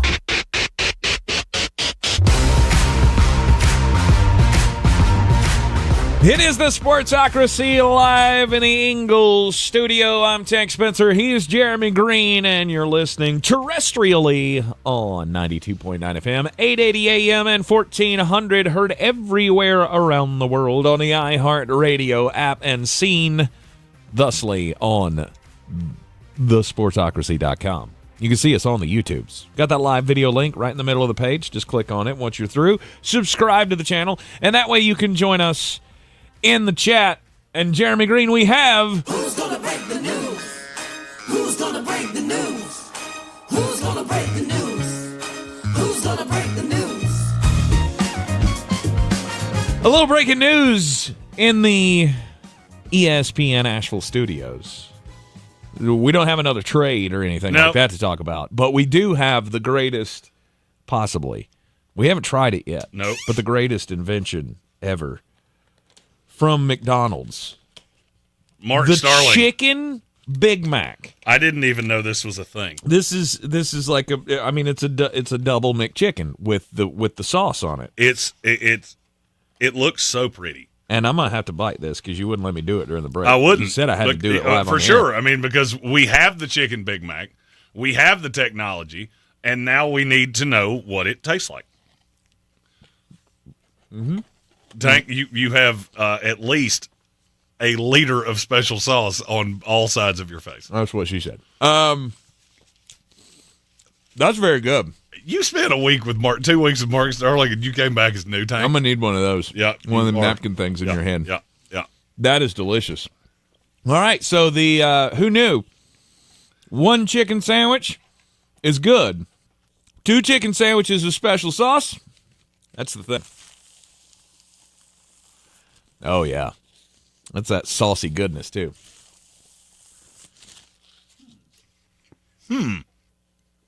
You're intrigued.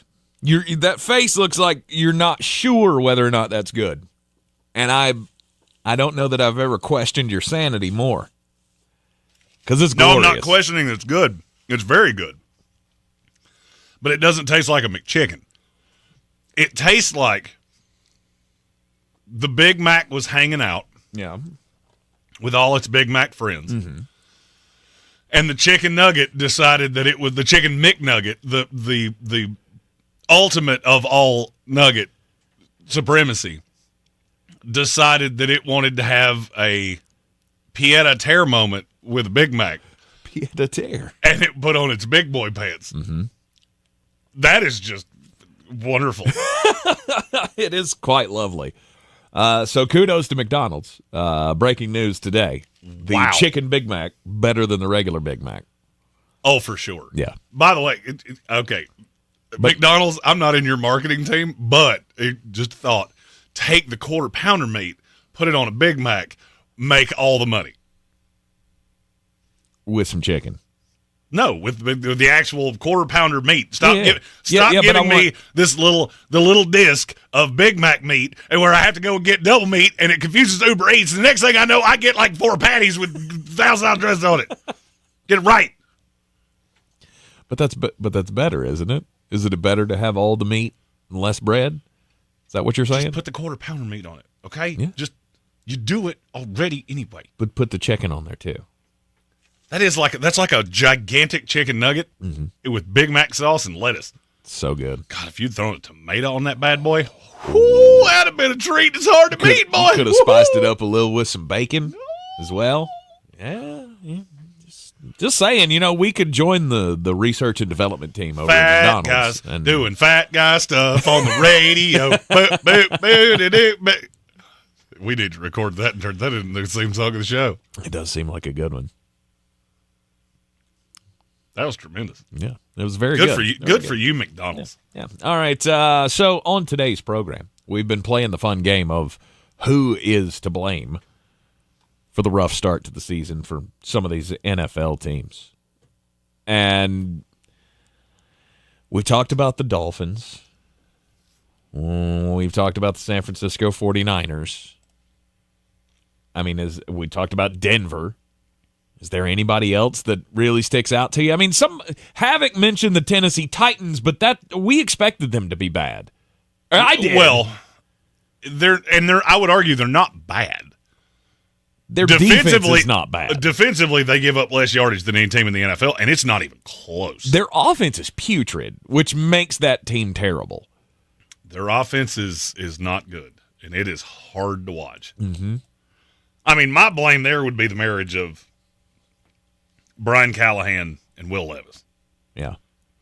I mean, look, and I mean, I hate to – Sam Darnold has proven me right. I hate to immediately take on another project of you're using him wrong, and it's making me really angry. The perk of Will Levis was that he plays like Josh Allen, and you're trying to make him de facto Joe Burrow. That ain't what he is. If you think he's going to sit back in the pocket and throw darts, that ain't it. He's got a howitzer, but you got to do something to pull those safeties down. I thought it was weird when they signed Tony Pollard because he's not really a guy that's going to do that. Tony Pollard runs off tackle a lot because he's really fast, and he's a one-cut guy. Derrick Henry, on the other hand, that would have been a nice little compliment. You can bring the safety up, and now I can start hitting Calvin Ridley over the top. I can start hitting DeAndre Hopkins over the top. I can use Tyler Boyd on hots and Chigakonkwo and Tony Pollard as a backup out of the backfield, but this build is just clunky. Chigakonkwo, that's another one what how much talent do you have to have in one single person and get nothing out of it? And maybe that's all Will Levis's fault. And maybe that's all the coaching staff's fault. He's averaging 5 yards a catch right now. Mm-hmm. He has 11 catches for 57 yards. Which 5 yards a catch is still more than Amari Cooper was averaging with the Cleveland Browns. Did you see that stat? I did. He was averaging 4.7 yards per target. That seems insane to me. Thank God he has found his way to Buffalo to maybe resurrect the last little bit of his career here. But isn't that what they wanted Tyjae Spears to be? Wasn't that the thought, was that Tyjae was going to be the in-between the tackles guy and Tony was going to be the change of pace guy? And it just hasn't been that, because your offensive line is not good. Your quarterback's not good. Your defense is not good. I don't see. I mean, you have aging receivers that are not good. You know I'm an analogy man. Yeah. I love a good analogy. Yeah. This Tennessee Titans team looks like somebody went to a flea market to decorate their house. I'm not saying any of the pieces you got are bad, but they don't match. Uh-huh. You've got a nice striped couch with a leather chair, and you've got some kind of green velour ottoman, and it's an assault on your eyeballs, because there's all of these guys have a role. I just don't know how you're supposed to put them together. I was going to say they just have roles for different teams. Who beat you deep? All right, so you have one of the biggest arms I've ever seen. Who actually carries over the top? Calvin Ridley should, but he hasn't for years. Not since he was in Atlanta. Right. Not since he got suspended. So who is supposed to pull that safety down? And if you don't do that, Will Levis is a big-armed, inaccurate quarterback that's just throwing darts at a board. I mean, you can blame Brian Callahan for that if that's what he planned on bringing in. And I struggle to believe that you wouldn't have talked about this when you hired him. Then Will Levis was always the wrong quarterback. Right. Do you realize he's averaging 139 passing yards per game? Will Levis? Will Levis. In 5 games, he's averaging 139 passing yards a game. I don't think that's good. None of it's good. None of it's good. Can't get Calvin Ridley the ball. He has caught 1/3 of his targets. 27 targets, 9 catches. Wow. Beyond a shadow of a doubt, that is the worst percentage in the NFL, and it's not even close. Right. Nothing's on the same page. I still think Brian Callahan's a good coach. I think we always knew that there was going to be a transition in Tennessee, because Brian Callahan and Mike Vrabel could not be any more different if they tried. So, I see what you're trying to do. This is just, it's kind of a lost year. And there is part of me that wonders, why did you give up pieces to go get L'Jarius Sneed and to build out the defense? I like Ernest Jones. I think that's a piece moving forward. Mm-hmm. But what is the point? Well, you're working your way through. You're working your way through the roster. And you couldn't make any real major changes to the offense because you wanted to give Will Levis the opportunity, right? We said this in the offseason. I kept saying, you got to cut loose of Will Levis because he ain't the guy. And you kept saying, you don't know that yet. Well, I would say... I know he's not the guy in this system. I would say 6 weeks into this season, they know. They know Will Levis is not Brian the guy. Callahan and Will Levis can't work together. Right. Straight up. I think they can both work in the NFL. They can't work together. And there's nothing that you can do about it now. And the funny thing is you look at this team and you look at the defense and you go, you know what, the defense is pretty talented. Uh-huh. The offense, can you name a player that you can genuinely look me in the eyes and tell me has been good? For the Titans offense? Yeah. No. It's because there's not one. Tony Pollard has actually not been terrible. It's just a clunky fit. All of it just seems to be haphazardly put together of let's get the most talent we could because they had a lot of money in the offseason, and they went and spent it. And now you've got an offense and you have no defense. Or you have a defense and you have no offense. But, how many guys on this offense are cornerstone pieces? Tyler Boyd's an older guy. DeAndre Hopkins is an older guy. Calvin Ridley is almost 30. Mm-hmm. I'd say it'd have to be your lineman. Have to be But Skoronski and Latham. All right, because so they're your Skoronski's first-round draft picks. Skoronski's been mediocre, and J.C. Latham's been straight up bad. Yeah. That's the problem that you have, though, is that the young guys that are supposed to be your cornerstone players are not developing, or at least haven't developed yet. Skoronski's 2 years in. Well, you need 2 tackles. That's the problem. Right. Is that I think you have 2 guards, and you have no tackles. But this was the problem I had coming in. Well, yeah, actually, and we deferred to Bill Callahan of, okay, this is a guy that I haven't seen anything that takes back what I said about J.C. Latham through the process. Right. He didn't deserve to go as high as he did. He was not nearly as good as you tried to portray him to be. And he's a guard. He's a guard, he's a guard, he's a guard. Mm-hmm. At best, he's a right tackle. He's not a left tackle. I can tell you that definitively. That kid will never play left tackle at a high level in this league. He's too clunky. Yeah. He can't get outside on speed rushers. If you get into his body, he's okay. But really all you have to do is have any semblance of a move, and you're going to shred him. That's, by the way, if you ever want to know when I say a guy's a guard, watch what they do best, which for him is using his power when somebody gets into his body. Watch how easy it is for guys to get out of it. I had this problem with Ike Mekwonu, too. He's going to come downhill and get into your body. He wanted to push the action. That's a run-blocking action. Pass blockers set back and let you come to them. If the best thing you do is attack, you're a guard. Forever and for always. That will never change. And I don't understand why that's so hard for teams to figure out. And the funny thing is I watch the same teams screw this up over and over and over and over and over again. Why is that so hard? That's scouting 101 in a nutshell, and the Tennessee Titans cannot figure it out. So you're saying the scouting department is to blame? From what I heard, it was Bill Callahan that was beating the table saying, I can make J.C. Latham an elite left tackle. Yeah. And maybe you just, I don't know. Bill's been around this league for a long time, been a really good offensive line coach.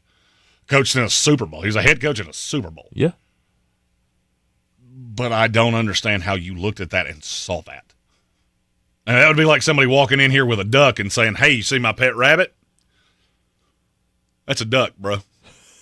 It quacked. It just quacked at me. Your rabbit quacked at me, Dale. It's a rabbit, stupid. You're in the Sportsocracy, and this is ESPN Asheville. High prices are like a money vacuum sucking your wallet dry. No! But don't fret, you could win our inflation vacation. $1,000 to ease your money woes. Woo-hoo! Listen for chances to win every weekday. Explore a career as a correctional officer. NC Department of Adult Correction is hiring with a $10,000 sign-on bonus. Becoming a correctional officer can be a rewarding first step along a criminal justice career. Visit dac.nc.gov/co jobs. When it comes to electrical needs in Asheville, trust the experts at Grigg Electric. Veteran-owned and operated, Grigg Electric is Asheville's #1 choice for electrical services. They offer a variety of electrical services for residential, commercial, or industrial installations in Buncombe, Henderson, Madison, McDowell, and Yancey counties. Call Grigg Electric today, 828-232-0021. That's 828-232-0021. Serving Western North Carolina since 1976. Online at griggelectric.com. Did you know that almost 7 out of 10 students feel unsafe at school because of their sexual orientation, gender identity, and/or gender expression? It's never been more important to show up for LGBTQ youth and join millions of people around the world by taking a stand against bullying for Spirit Day. Join GLAAD and show your support for LGBTQ young people by going purple on October 17th for Spirit Day. Learn more at glad.org/Spirit Day. That's glad.org/Spirit Day. I'm Julian Edelman. I'm Rob Gronkowski. Welcome to Dudes on Dudes. We're going to highlight players, and we're just going to sit here and talk about them. And we'll get into the types of dudes. Is Randy Moss a stud or a freak? Is Tom Brady a dog or a dude's dude? We're going to find out, Jules. New episodes drop every Thursday during the NFL season. Listen to Dudes on America's #1 podcast network, iHeart. Open your free iHeart app and search Dudes on Dudes to start listening. It's time to kick off the perfect tailgate and take your team to Ingles. Chips and guac made fresh in store every day. The best meat in town packaged fresh every day. And smiling faces giving you their best every day. Let's be real. In the South, football season is our favorite season of the year. There's a lot to smile about, especially with deals like these. Ingles. Low prices, love the savings. If you're looking to buy, sell, or invest in real estate in the mountains, you need to call the agents at Clarissa Sells WNC, brokered by eXp Realty. Check us out online at clarissasellswnc.com. Download our free app on Google Play or the App Store. Type in Asheville Home Search. You'll be able to connect with our team and see all the available homes for sale in our area. For more information, contact us today at 828-774-6343 or clarissasellswnc@gmail.com. Do better, be better every day. That's the Parks Promise. This is JW with Parks Fort Hendersonville, and I'm so excited to introduce our first Parks Promise community hero, the American Red Cross of Western North Carolina. The need for blood is so important, and in the summer months, the need is even greater. Did you know that you can donate every 56 days? Save lives this summer. Head to redcross.org to schedule an appointment or find a blood drive near you. Congratulations to the American Red Cross, our Parks Promise community hero.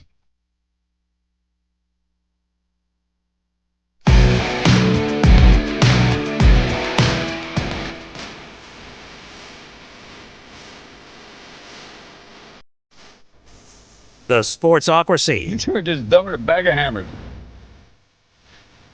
We're back in the Sportsocracy on ESPN Asheville. Jeremy tries to swallow his chicken Big Mac.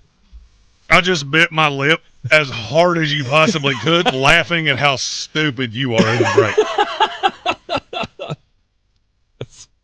There's some interesting podcasts out there. That's all I'm saying. If you see blood running down my face on the YouTube stream, it's because Tank's a moron. It's never a dull moment here in the Sportsocracy in the afternoon. It's our, our nice little escape from the what has just been our horrid reality over the last few weeks, and we're glad that we can all kind of step away for a few hours a day and enjoy this fun with each other, just being dumb and talking sports and remembering the lighter things in life. Like blaming Jerry Jones for all the problems with the Dallas Cowboys. It seems to make us all feel better. We had like 18 comments during that opening rant of the program. It's like, damn, this is cathartic. And I'm not even the one saying it. Listen, it's not my fault. Just because I've been in charge for 35 years doesn't mean it's my fault. You know who I blame? Biden. Thanks, Obama. Couldn't help it. It was too easy. Jerry Jones has to go back to blaming Reagan for all of this. It hadn't been the same since Reaganomics. Oh, who's the dumpster fire around the NFL, and who's to blame for making it a dumpster fire? We have so many teams that are just irrelevant. New York Giants. I would say the Miami Dolphins are close to that. I mean, I don't know when Tua's coming back, but it don't look good. The New England Patriots. That's a team nobody really expected was going to be any good. No, they're figuring things out. Right. Like just, hey, is this an actual player, yes or no? Right. Cleveland Browns. I think it all goes around. Oh, and Cleveland Browns right now could be used as a torture tactic for political prisoners. Oh, you won't tell us what we want? Watch this Jerome Ford run. Watch Deshaun Watson throw one over the middle to Jerry Jeudy. Who gets the blame for that? Who gets the blame for the Deshaun Watson move? Do you blame? Andrew Berry, I was going to say, sure. Do you blame the ownership in that? Do you blame Andrew Berry for making that happen? That never made great sense to fully guarantee his deal. No, the money never made sense. I understand why you did it. I understand you were a downtrodden franchise who never had a quarterback and went, hey, we got a chance to get a top 5 quarterback, potentially, if he comes back. Okay, I could see how you got to signing him. I don't get to how you got to greatest or biggest contract in history. You want me to give you a dirty little secret of if you want to know if a move was intelligent or not? Look at the other franchises that were prepared to do it. Russell Wilson. All right, so when Seattle put him on the market, it was basically Denver, handful of other teams, and the handful of other teams really had light interest. Because we, in large part in the scouting community, knew this is all smoke and mirrors. None of this is real. It got uncovered his last year in Seattle.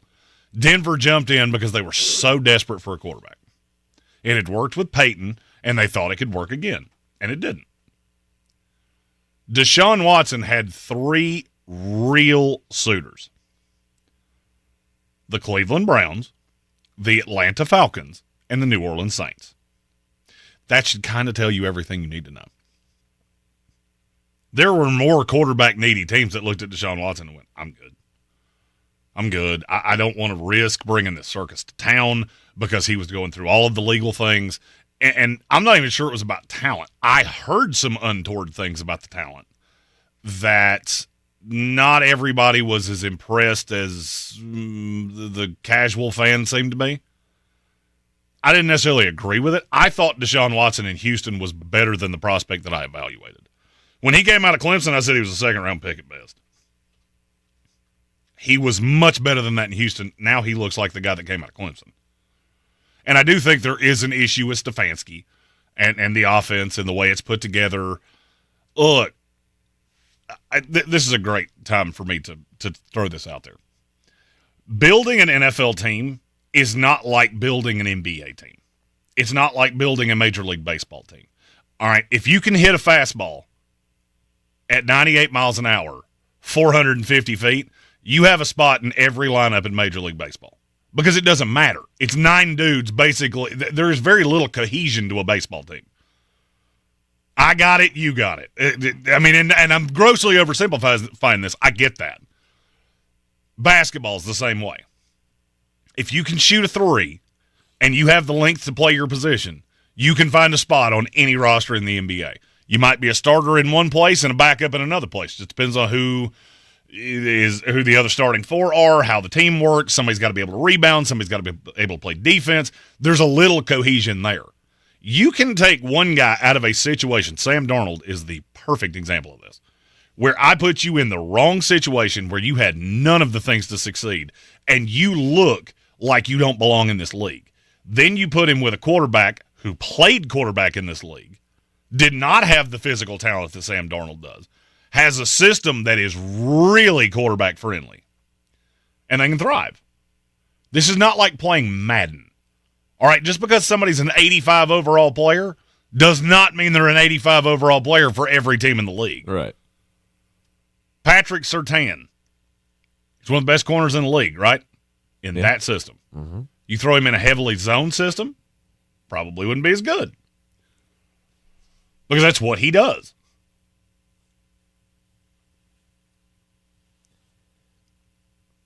Well, what do you do? I mean, how do you fix this? In Cleveland? Yeah.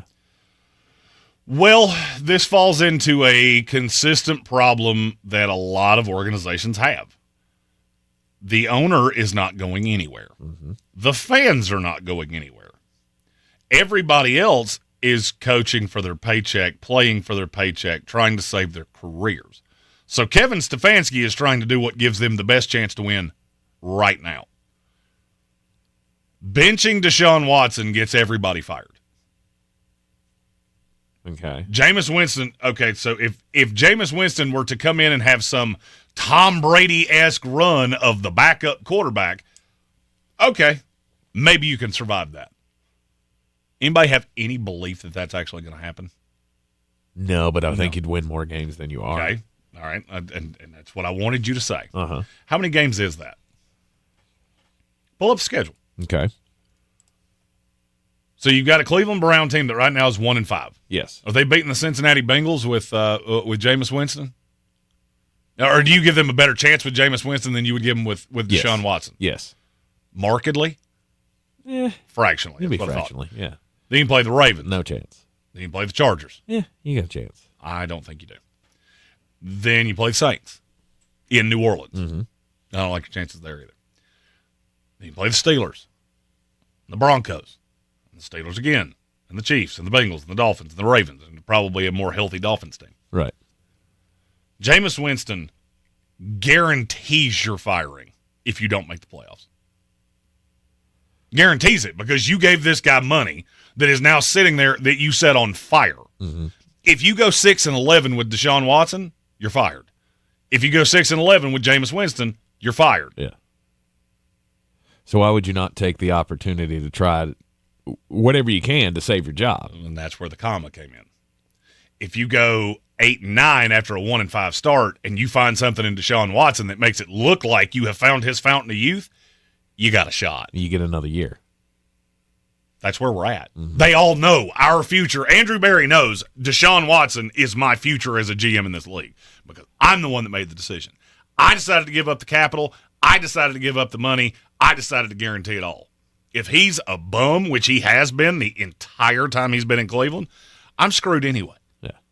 I will get fired regardless because the decision that quantified my career was an epic mistake. Kevin Stefanski, on the other hand, I can show that I can get something out of Deshaun Watson, you might give me another year. Jim Schwartz, if I can show that I can fix this defense back to where it was, you might give me another year. That's why you're going to keep seeing the same thing over and over again. Yeah. This week you're going to get Nick Chubb back. Hey, guess what? They're going to run a lot. It'll be about 12 carries of Nick Chubb, about 12 carries of Jerome Ford, probably another 8 to 10 of the other running backs up. They're going to run a lot, and I have a funny feeling that it's going to work. And at the very least, they'll be very competitive, and this will be a close game with the Bengals. I believe they probably win it. If it was in Cincinnati, I would think Cincinnati would win it. But you have two desperate franchises. Talent-wise, are pretty close. One of them has a better quarterback. One of them has a better coach. Because I still think Kevin Stefanski's a good coach. I do as well. I don't think he's a good coach for Cleveland. I don't think he fits this scenario at all. And I like Andrew Berry because I feel like other than the Deshaun Watson thing, which was huge, don't get me wrong. I mean, obviously that was a huge move, and you put a lot on the line with that. But other than that, this team was really good that he put around him. Well, and let me, again, I like analogies. That would be like looking at your wife and saying, well, I took out the trash. Yeah, you slept with the babysitter. So, sorry, all the trash bags you want to take out don't make up for that one big boo-boo. Everybody makes mistakes. I'm just asking for a little forgiveness here. Well, and you say, oh, I like Andrew Berry. Name me a player in the last 3 years that they have drafted that you think is even competent. JOK. That was 4 years ago. Oh, shoot. That was with Greg Newsome and JOK. Yeah. But, I mean, look at the slew of misses. Anthony Schwartz in the third round. Mm-hmm. Alex Wright. Perrion Winfrey, who's not even on this team. He's not even on a team. I think he's on somebody's practice squad. You took Cade York, a kicker, in the fourth round. Uh-huh. Siaki Ika, who's not even on this team. Cedric Tillman, who's given you virtually nothing. DeJuan Jones, who is a walking penalty. Michael Hall, who's already gotten in trouble. Zach Zinter, who has been a complete sieve. It's not been good. That's a lot of misses. Yeah, you built this roster up because it was a dumpster fire when Baker Mayfield left here. You built this roster up, but not enough. Right. You hit some solid doubles, couple stand-up triples. You even hit a couple home runs. You had a lot of misses, too. Yep. This is like, what was that? Who's that guy that played for the Orioles a few years ago? Chris Davis. That hit like 1,000,000 home runs and struck out like 2 million times. Yeah. That's Andrew Berry. Yeah. Yeah, he had some great hits. He's had some epically, historically awful misses. And then next year when Joe Brady is the head coach of the Cleveland Browns, how's this team going to fare? I don't think that would be your solution. You're going to have to find the guy that works. If you're not willing to just tap out and eat it, which I think some of these guys are going to want to do. Mm-hmm. You have to add an extra year to this because I'm going to need some time. I don't think there's any path forward with Deshaun Watson. I don't think there's any path with this roster built the way it is. I would agree. It's very top-heavy. The roster is super thin, and you just don't have a lot of places to turn. Are they in tear-down mode? Are you to the point where you start trying to sell off Myles Garrett and If Nick Detroit Chubb called me and said, we'll give you 3 first-round picks for Myles Garrett, even maybe if it was 2 and some other things, I'd listen. Yeah. I would listen because I need – and you're going to have to pay big bucks to get somebody that's a high-level GM. Andrew Berry, I think, is doomed. He is full-on dead man walking. You can't unwind what may go down as the worst trade in NFL history. Sure. It's the same thing I said about George Payton. Oh, well, he's still drawing a paycheck. Yeah, but does he have any power? No. Is this more they just gave him a Milton office in the basement and they keep stealing his stapler? Right. Because that's kind of how that feels. Andrew Berry's not getting that platitude. Yeah. You're in the Sportsocracy, and this is ESPN Asheville. This is your Exergen Temporal Scanner weather forecast on ESPN Asheville. All right, starting to come back now with developing sunshine, but a freeze warning will kick in tonight. Now, 50 degrees this afternoon, but with that gusty breeze around, it's going to feel colder with lots of sunshine. Tonight, 29, clear sky, and a freeze warning. Some spots will be in the mid-20s. Thursday, that frost and freeze will go away. Sunshine and 57 later. Friday, another cold start, then sunshine mid-60s. We could approach 70, though, by the upcoming weekend. From the Weather Channel, meteorologist Ray Stajic. This report is sponsored by Taco Bell. The slow-roasted Cantina chicken menu is here to stay with ingredients like purple cabbage and freshly prepared pico de gallo. Try it today at a participating U.S. Taco Bell location while supplies last. Contact store for participation, which varies. If you missed our 2024 iHeartRadio Music Festival, presented by Capital One. Las Vegas, make some noise! Watch the best moments exclusively on Hulu right now. All right, you guys are out for a party, I can tell. See the biggest festival headliners from around the world assembled on one stage on one show. This iHeart energy is so incredible. See it all at our 2024 iHeartRadio Music Festival, presented by Capital One. Streaming only on Hulu right now. The 2024 general election is right around the corner, and News Radio 570 WWNC is covering every angle of it for you. From the local elections right here in Western North Carolina to the state offices in Raleigh, and of course the race for the White House. News Radio 570 WWNC is your official election information station. With 2 convenient locations, Singleton's Automotive will keep your vehicle on the road. Singleton's offers routine maintenance, BG services, tires, inspections, alignments, and more in their family-owned shops. Singleton's Automotive is hiring technicians for both locations. Receive competitive pay and benefits depending on experience. Visit singletonsautomotive.com. That's singletonsautomotive.com. Car care with character. In today's Marketers Report, Erica Taylor, Chief Marketing Officer of Genentech, weighs in on audio's ability to reach any audience. Everyone is listening somewhere, somehow. So it's a great way to take something very precise in what we're trying to do to reach patients with something that I think we can all agree is somewhat broad in reaching many, many different audiences. As the #1 audio company, iHeartMedia gives marketers access to the audiences, influencers, insights, and data you need to grow. If you're a marketer, go to iHeartResults.com. There's a lot of talk about heroes these days. Hey, buddy, want to go fishing? The folks in the funny outfits with superpowers and spandex. All right, buddy, let me help you. But at Ingalls, we know that a lot of our heroes Now you look like a pro. are a little closer to home. They're the ones who give us what we need for those everyday adventures. That's why we look up to the ones who look out for us. Don't forget your fish food. Catch a big one. Ingalls. See you later, Dad. All the ingredients for family.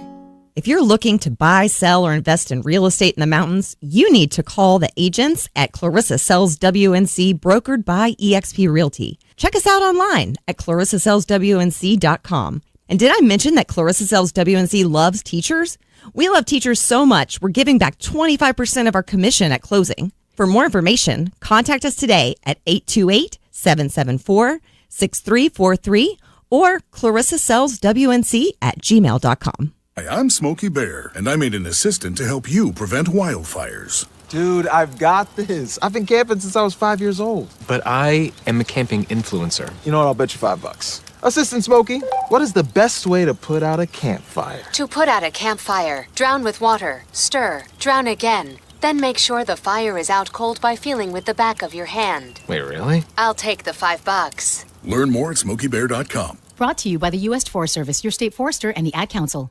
All across the Tar Heel state, this is Carolina football. Stepping through a tackle and stepping to the end zone. It is pouring points in Chapel Hill. Holy cow, Carolina's going to win! The Heels hit the road to face Virginia on Saturday, October 26th. Pre-game coverage starts at 11 a.m., kickoff at noon on your home for Carolina football.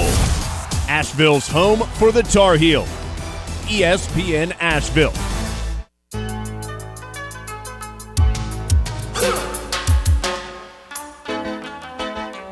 Back in the Sportsocracy on ESPN Asheville, and it is time for the most important message of the day. Don't do crimes! Normally we have individuals doing crimes. And I guess you could boil this down to an individual doing crimes. It pretty much would be the hiring manager of this Tyson chicken plant in Arkansas. Oh, no.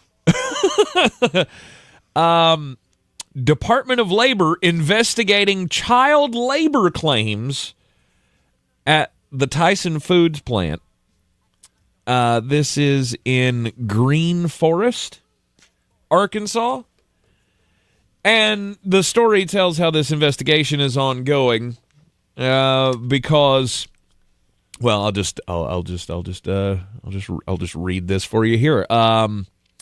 The Wage and Hour Division cited an anonymous tip from a teacher at a nearby school who reported that one of her 14-year-old students discussed working at the Tyson facility with his mother during the summer.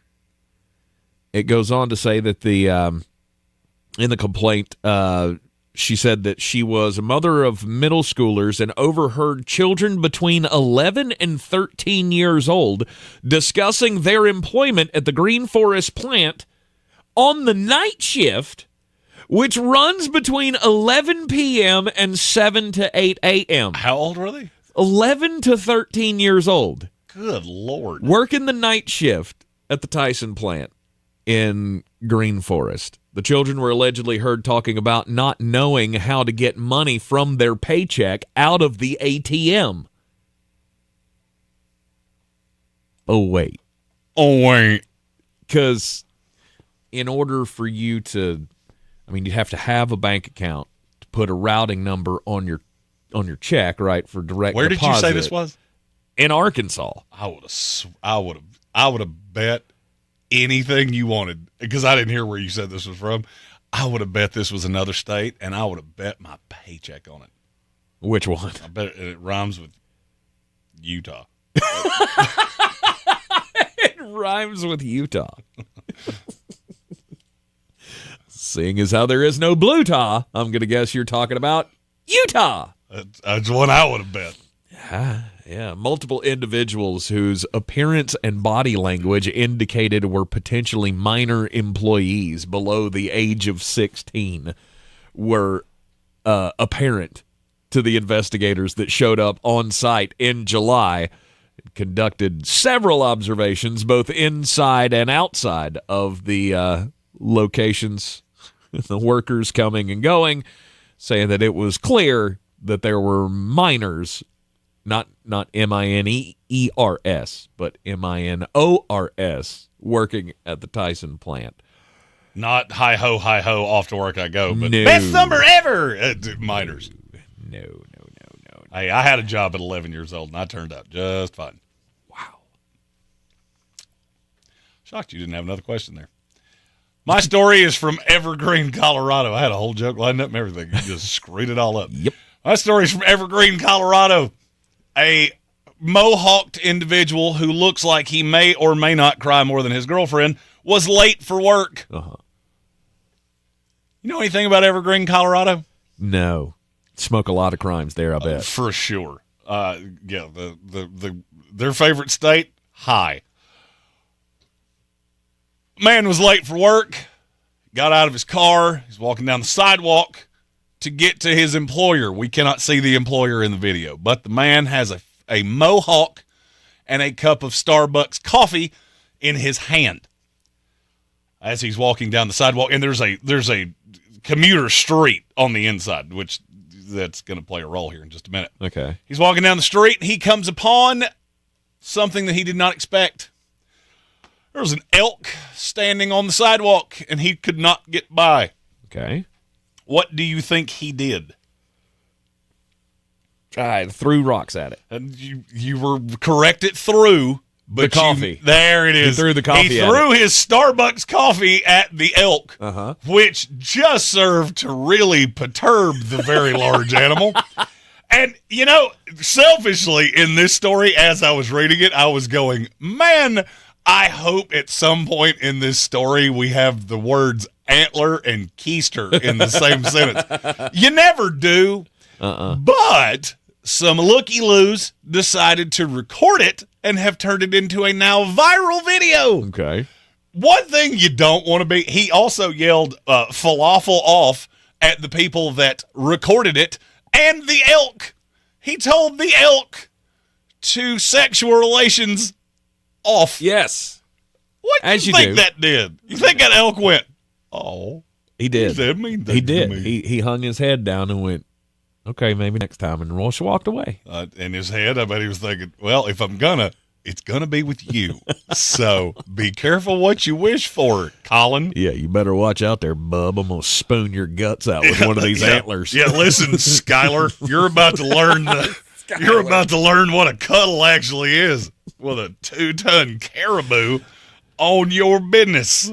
I got to see if I can find this video though. Oh, the video's hilarious. It's everything that you think it would be. Because when you see the guy, you go, that looks like a guy that would throw coffee at an elk. I don't see it on here. I'll show it to you. I just searched "man throws coffee at elk" and it didn't bring up anything. Did it bring up an OnlyFans? Because that feels like something that would bring up an OnlyFans. No, it brought up several videos of man shocked after stranger throws coffee in his face. It could be funny. It should have brought up the podcast for Talk to a man accused of throwing hot coffee on teen McDonald's worker arrested. Oh my. Hey, he shouldn't be just arrested for that hair. Police working to identify man accused of throwing hot coffee. See, it's not giving me any elk in this story. I have the video. I'll show it to you after the show. Okay. All right. Well, thank you for that. We've been playing the blame game all day. We have not discussed the Jacksonville Jaguars. Should we? Shad Khan. I mean, is look at the top of that organization and go, why does this never work with anybody? I can't believe how many people are shocked at how bad Jacksonville is. Are they worse than I thought they would be? Sure. Yep. Am I shocked by that? Not even in the slightest. You really shouldn't be. Poorly run franchises have a habit of taking players that you know. See, that's the thing about Jacksonville is that especially if you're a college football fan, you look at that roster and go, how is this not good? How is this team not good? You've got Trevor Lawrence and Travis Etienne. I got it right that time. Yep. Trevor plays for you. Travis plays for them. Yes. But I mean, you know these names, and you think they were good college players, so they should be good in the NFL. I mean, I hate to keep going back to this, but I am the draft guy. I swear to you, it is so easy for me to project teams that are going to fall off the world when I look at draft class after draft class after draft class and go, I don't think you did a thing that I would personally have done. And I'm not trying to say I'm like super scout or anything like that, but my track record's pretty damn good. And when I can't find a pick that I have liked since Trevor Lawrence, that kind of makes it difficult for me. And you've had a couple. I mean, Andre Sisco's fine. He was a depressed asset that you got late. Antonio Johnson was fine. Mm-hmm. He was a depressed asset that you got late. But, I mean, other than that, you've got a bunch of guys that you just overdrafted, and now you look at this roster. You will never win in this league by winning the offseason, season after season after season after season.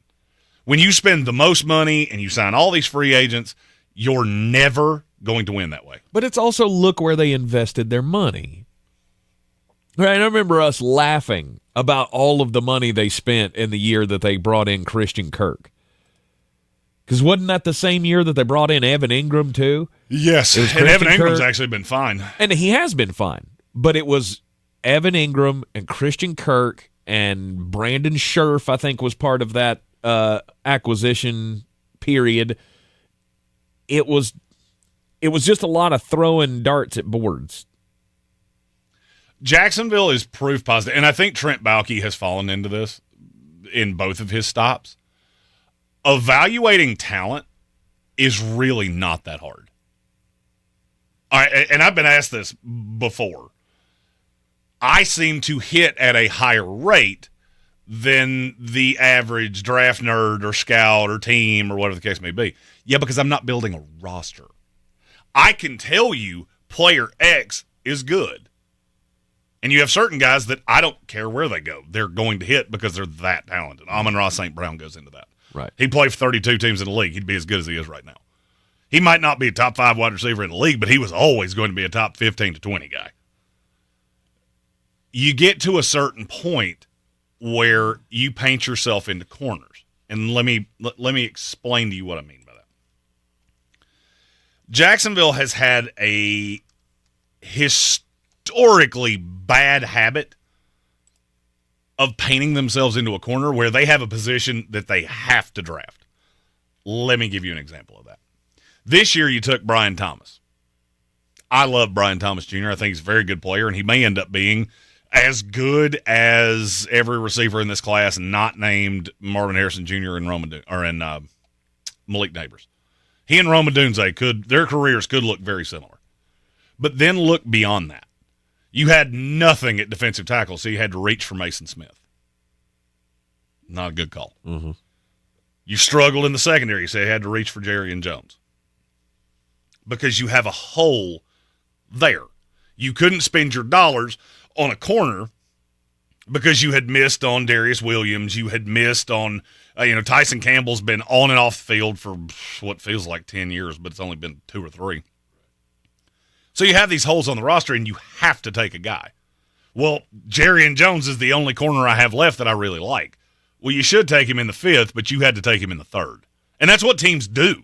You fall in love with a guy, I want him on the roster, and you end up taking him 2 rounds early. Well, then you put him in a situation where he has to play far too early. And you break him because you don't have enough time to actually coach the kid up. That's why I've always revered teams like the Ravens. There are times that I don't think the Ravens even look at their existing roster of, hey, this is what we need. This is how they wind up with no receivers. Because they go, this is the guy we believe in. He is the next most talented player on this board, and he's going to be a hit for us. Right. That's how you wind up with Kyle Hamilton. That's how you wind up with Tyler Linderbaum. That's how you wind up in the trade with Roquan Smith. There is a really talented player out there. We're going to go get him, and we'll make it up later. Baltimore misses on guys, too. I think Nate Wiggins is a horrible miss. But you got a lot of hits. Mm-hmm. Jacksonville doesn't have those hits. You just constantly, you're in a perpetual motion cycle of, I've got to have a running back, so I'm going to take a running back 2 rounds too early. And if you do that for long enough, and let's see, I have scrolled until Jalen Ramsey and not found a draft class where I went, that was drafting for value. That was 8 years ago. You do that for 7 years, you're going to be right here. Yeah. None of this is surprising to me. Is it to you? You sounded surprised by Jacksonville. It's just surprising to me that they appear to be the worst team in the NFL right now, and I didn't think they were close to that. I thought at least you had the talent good enough not to be the worst team in the league. But I don't know that you are. And that starts at the very top. And you can blame Doug, and you can blame Trevor, and you can blame Travis, and you can blame everybody. Trent Baalke, chief among them. But how many times do you have to reset the decks? Because you're just stuck in the never-ending cycle of resetting and resetting and resetting and resetting. And it never goes anywhere. It's franchises like that I go, how could you ever be a fan of that franchise? Because you haven't had anything to hang your hat on since Blake Bortles took you to the playoffs. And even that felt fluky and it was. lucky. And then before that, you had that one run with Mark Brunell in the first 2 years of the franchise's existence. Other than that, it's been an absolute and utter joke. Mm-hmm. I mean, you could say partially the same thing about the Carolina Panthers, but at least I feel like there have been at least 3 or 4 more seasons in there that you can celebrate more than the Jags have. Although, give David Tepper more time, then this may just keep going down the Jacksonville path. Well, I mean, and that's just, for me, Jacksonville's not surprising. I look at a lot of guys that make too much money for what they deliver, and in a salary cap league, that's always going to be a problem. This is the reason that I hammer teams that pay mediocre quarterbacks big money, because basically you just hamstrung yourself to you're at a $25 million disadvantage every single year. Whether it's Philadelphia, in my opinion, Green Bay, that won't manifest itself for a couple years because you've drafted so well and you've got so many weapons. But guess what? You're going to have to pay him. Jaden Reed, his APV goes up every single week. There is a possibility that kid ends up in the $25 to $30 million range. You know what that's going to cost you? Romeo Doubs and Christian Watson and probably one of those tight ends. That's how that works. And you have to be able to find guys, cheap talent. That's how Kansas City stays good, because every year they nail these things. Find some guys that are undrafted free agents. Jacksonville doesn't. Jacksonville throws money at guys whose best football is behind them, and they pay them like they've got 3 more years of it. That's how you wind up with Brandon Sheriff. Right. That's how you end up with Gabriel Davis. That's how you end up with Christian Kirk. That's how you wind up with, good Lord have mercy, Eric Armstead. I could do this for a minute. Yeah. You might get a year, but by the time the contract's elapsed, you paid for 2 terrible years of football. You just can't get around it. Mm-hmm. You're in the Sportsocracy, and this is ESPN Asheville. Tomorrow on the program, we'll get into some more fun.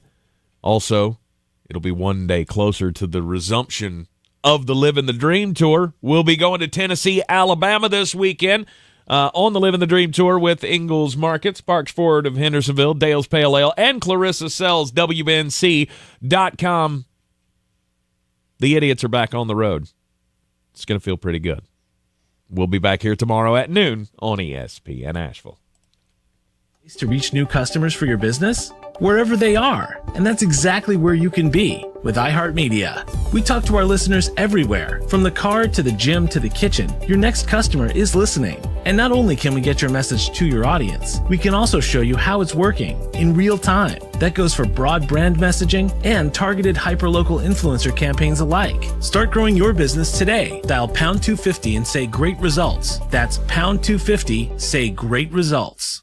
Do you need help recovering from the recent disaster? FEMA may be able to help, but you have to apply. In addition to the money for food, water, and medicine, you may be able to receive support for housing, home repairs, business supplies, school supplies, and more. If you are in a county approved for FEMA individual assistance, go to disasterassistance.gov or call 1-800-621-3362. Apply for disaster assistance today. This is an ad by BetterHelp Online Therapy. October is the season for wearing masks and costumes, but some of us feel like we wear a mask and hide more often than we want to. At work, in social settings, around our family. Therapy can help you learn to accept all parts of yourself so you can stop hiding and take off the mask. Because masks should be for Halloween fun, not for your emotions.